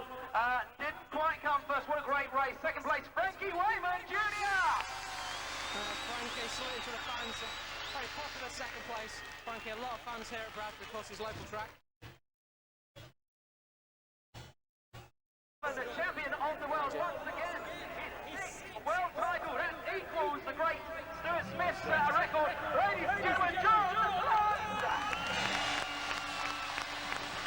There's John. Oh, he's very happy.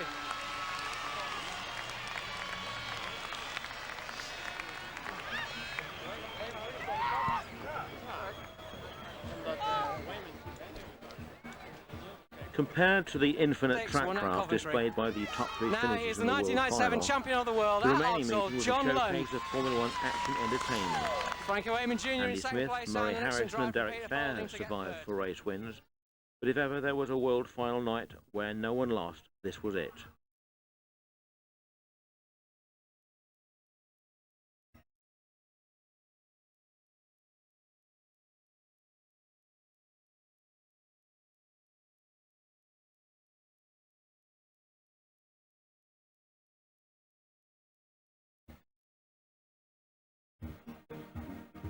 Chris box up, and we're at the halfway stage, Mr. Starter. Oh, and he's over, and he's back on all four wheels. Turn, and he looks to me as if he can have a go at Johnson, which he does, and he really does give Johnson a smack. And they both go there, whoops, straight across the track. Timmer Borkin, that could be dodgy. Wave yellows, Mr. Starter, wave yellows.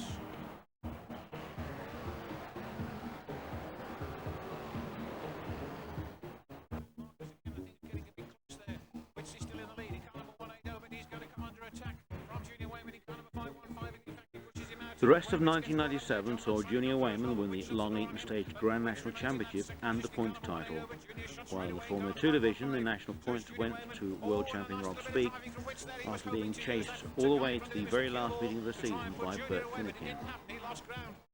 We end this take with Bert in action at Long Eaton's last ever Formula 2 meeting, which carried the title World of Shale Final. Probably not. Which is a shame. They're both still trying. Oh, and it's going to be close. It's going to be very close. Suddenly, there's no hard ending in it. They come across the line with barely a car's length between them. 5:15 and 53. Station Road, Long Eaton, back in Good Friday. Had a very good season. 27 years of experience. And there's the very popular Simon Panton. 188 from Sleaford. Bert, been on the scene for a number of years now. 4 years of racing. From Leaking, Staffordshire, and so all the top boys from the Formula 2 ranks, they're out there this evening.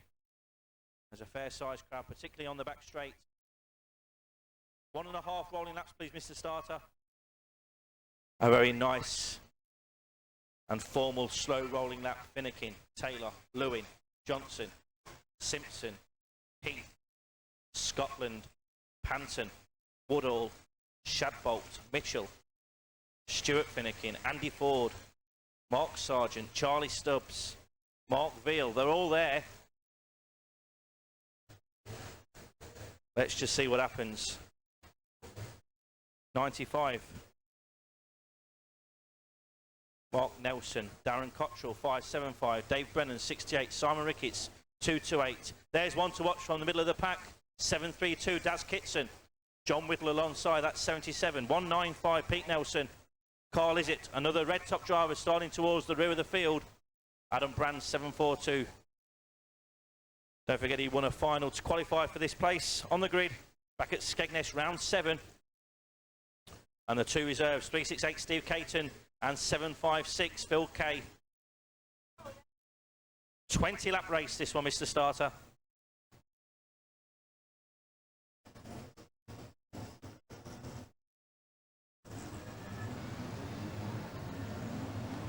Right, start to pick out your favourite driver. Give that driver a cheer.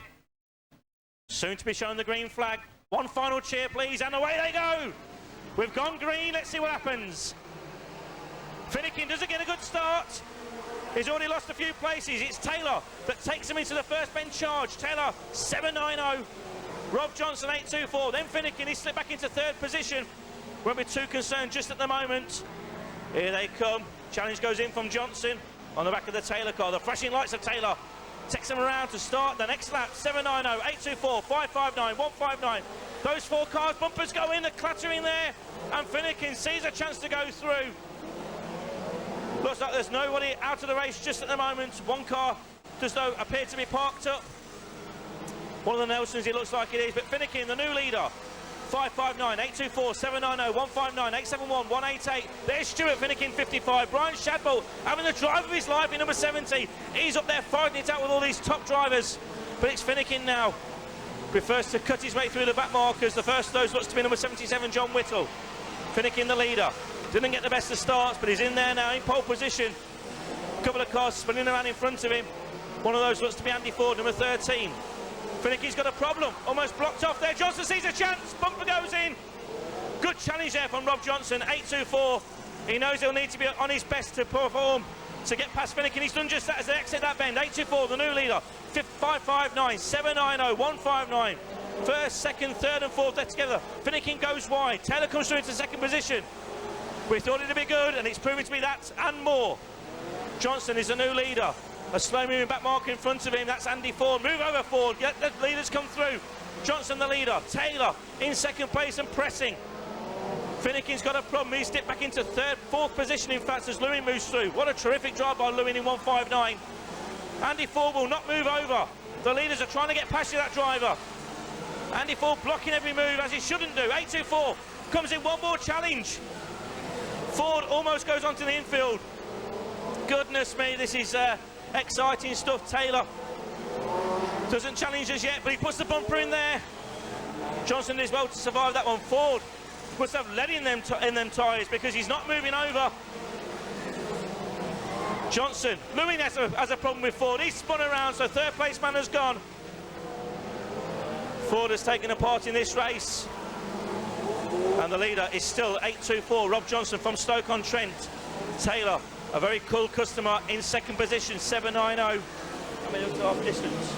Half distance. Half distance. Half distance, Mr. Starter. This time around with the leader, 8.24, 7.90, 5.59. Finnegan, either there's something wrong with that car, or he's seen if the first two will make themselves a mistake. Lewin has retired. He lost an awful lot of time there with that tangle with number 13, Andy Ford.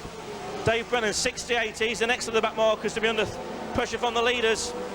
Taylor's now in front. First and second going sideways together. Taylor's been challenged, but he keeps hold of the lead, and it's Rob Johnson that's been spun around by Finnegan. So they're into the second half of the race. And the new leader, he's got himself a bit of a lead now, is 7.90. Mark Taylor back in second place and some distance behind. And things aren't looking too good is Bert Finnegan, 5.59.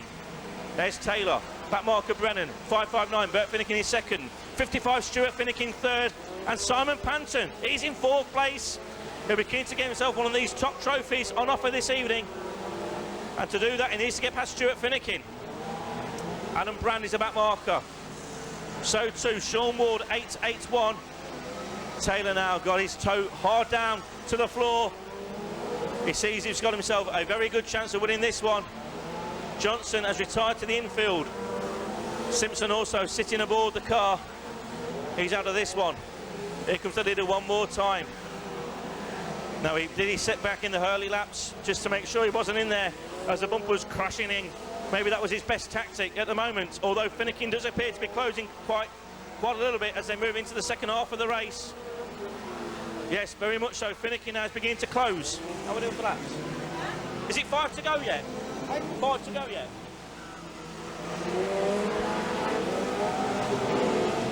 Next time. 5 laps to go next time.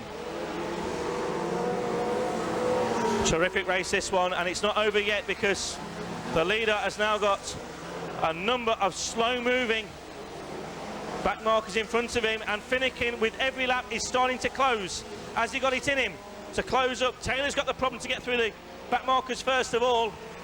2 cars touched there just in front of the leader. There's Taylor. He's trying to keep himself out of trouble. A big win this will be for the Lancashire-based driver. Whittle, 77. He's wide. In the wet stuff, number 9, Jamie Bagley. Got the brakes on there by the looks of things. He's blocking the leader, in fact. Bagley makes a bit of contact there with 7-9, and all of a sudden Finnegan is closed right up. 3 laps to go board has been shown to the leader. The flashing lights of Taylor in front of the top shale performer, 5.59 Bert Finnegan. These back markers are only the same the outcome of this race, there's no doubt to that. Darren Cottrell, 5.75, he's still going. Kitson, he hasn't made any progress. The 2 lap to go board now is shown to Taylor. Barry Scotland, ignore him, he's a back marker. Finnegan's in second place. Finnegan pushing as hard as he can into the turns, and there's a bit of a problem there for Finnegan as he makes contact with the 34 car. All the momentum has gone from Finnegan now. He's given his best shot, but I think he's losing ground over the last 2 laps of the race. Taylor starts his last lap. Finnegan in second place. 3rd is Stuart Finnegan, then Simon Panton, then Brian Shadbolt, 70. 242 Martin Heath, he's up there also. 68 Dave Brennan, 103 Carl Lizzett, they're up amongst the leaders. But all eyes now are looking on the leader as he comes around. 790 takes the checker flag, a terrific drive there. Finnegan could do no more, finishes in second place. Stuart Finnegan, 55 in 3rd. Simon Panton, 188, finishes 4th. Still they screen past us in race control. Keep them going, Mr. Starter. 732 Daz Kitson, 228 Simon Ricketts. They complete the full race distance. Keep them going, please. An awful lot of tailing Charlies. Their finishing positions required.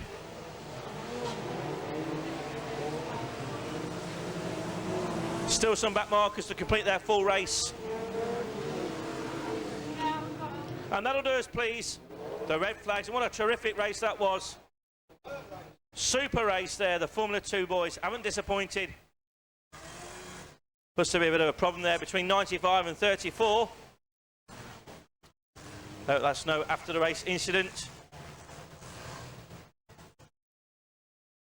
Wagon there. Sponsorship from Racers Hardware, Ward Landscape, M-Tech Racing and 2-Bit Scaffolding. This year's 1, 2 and 3 in the 1997 World of Shale Series Final.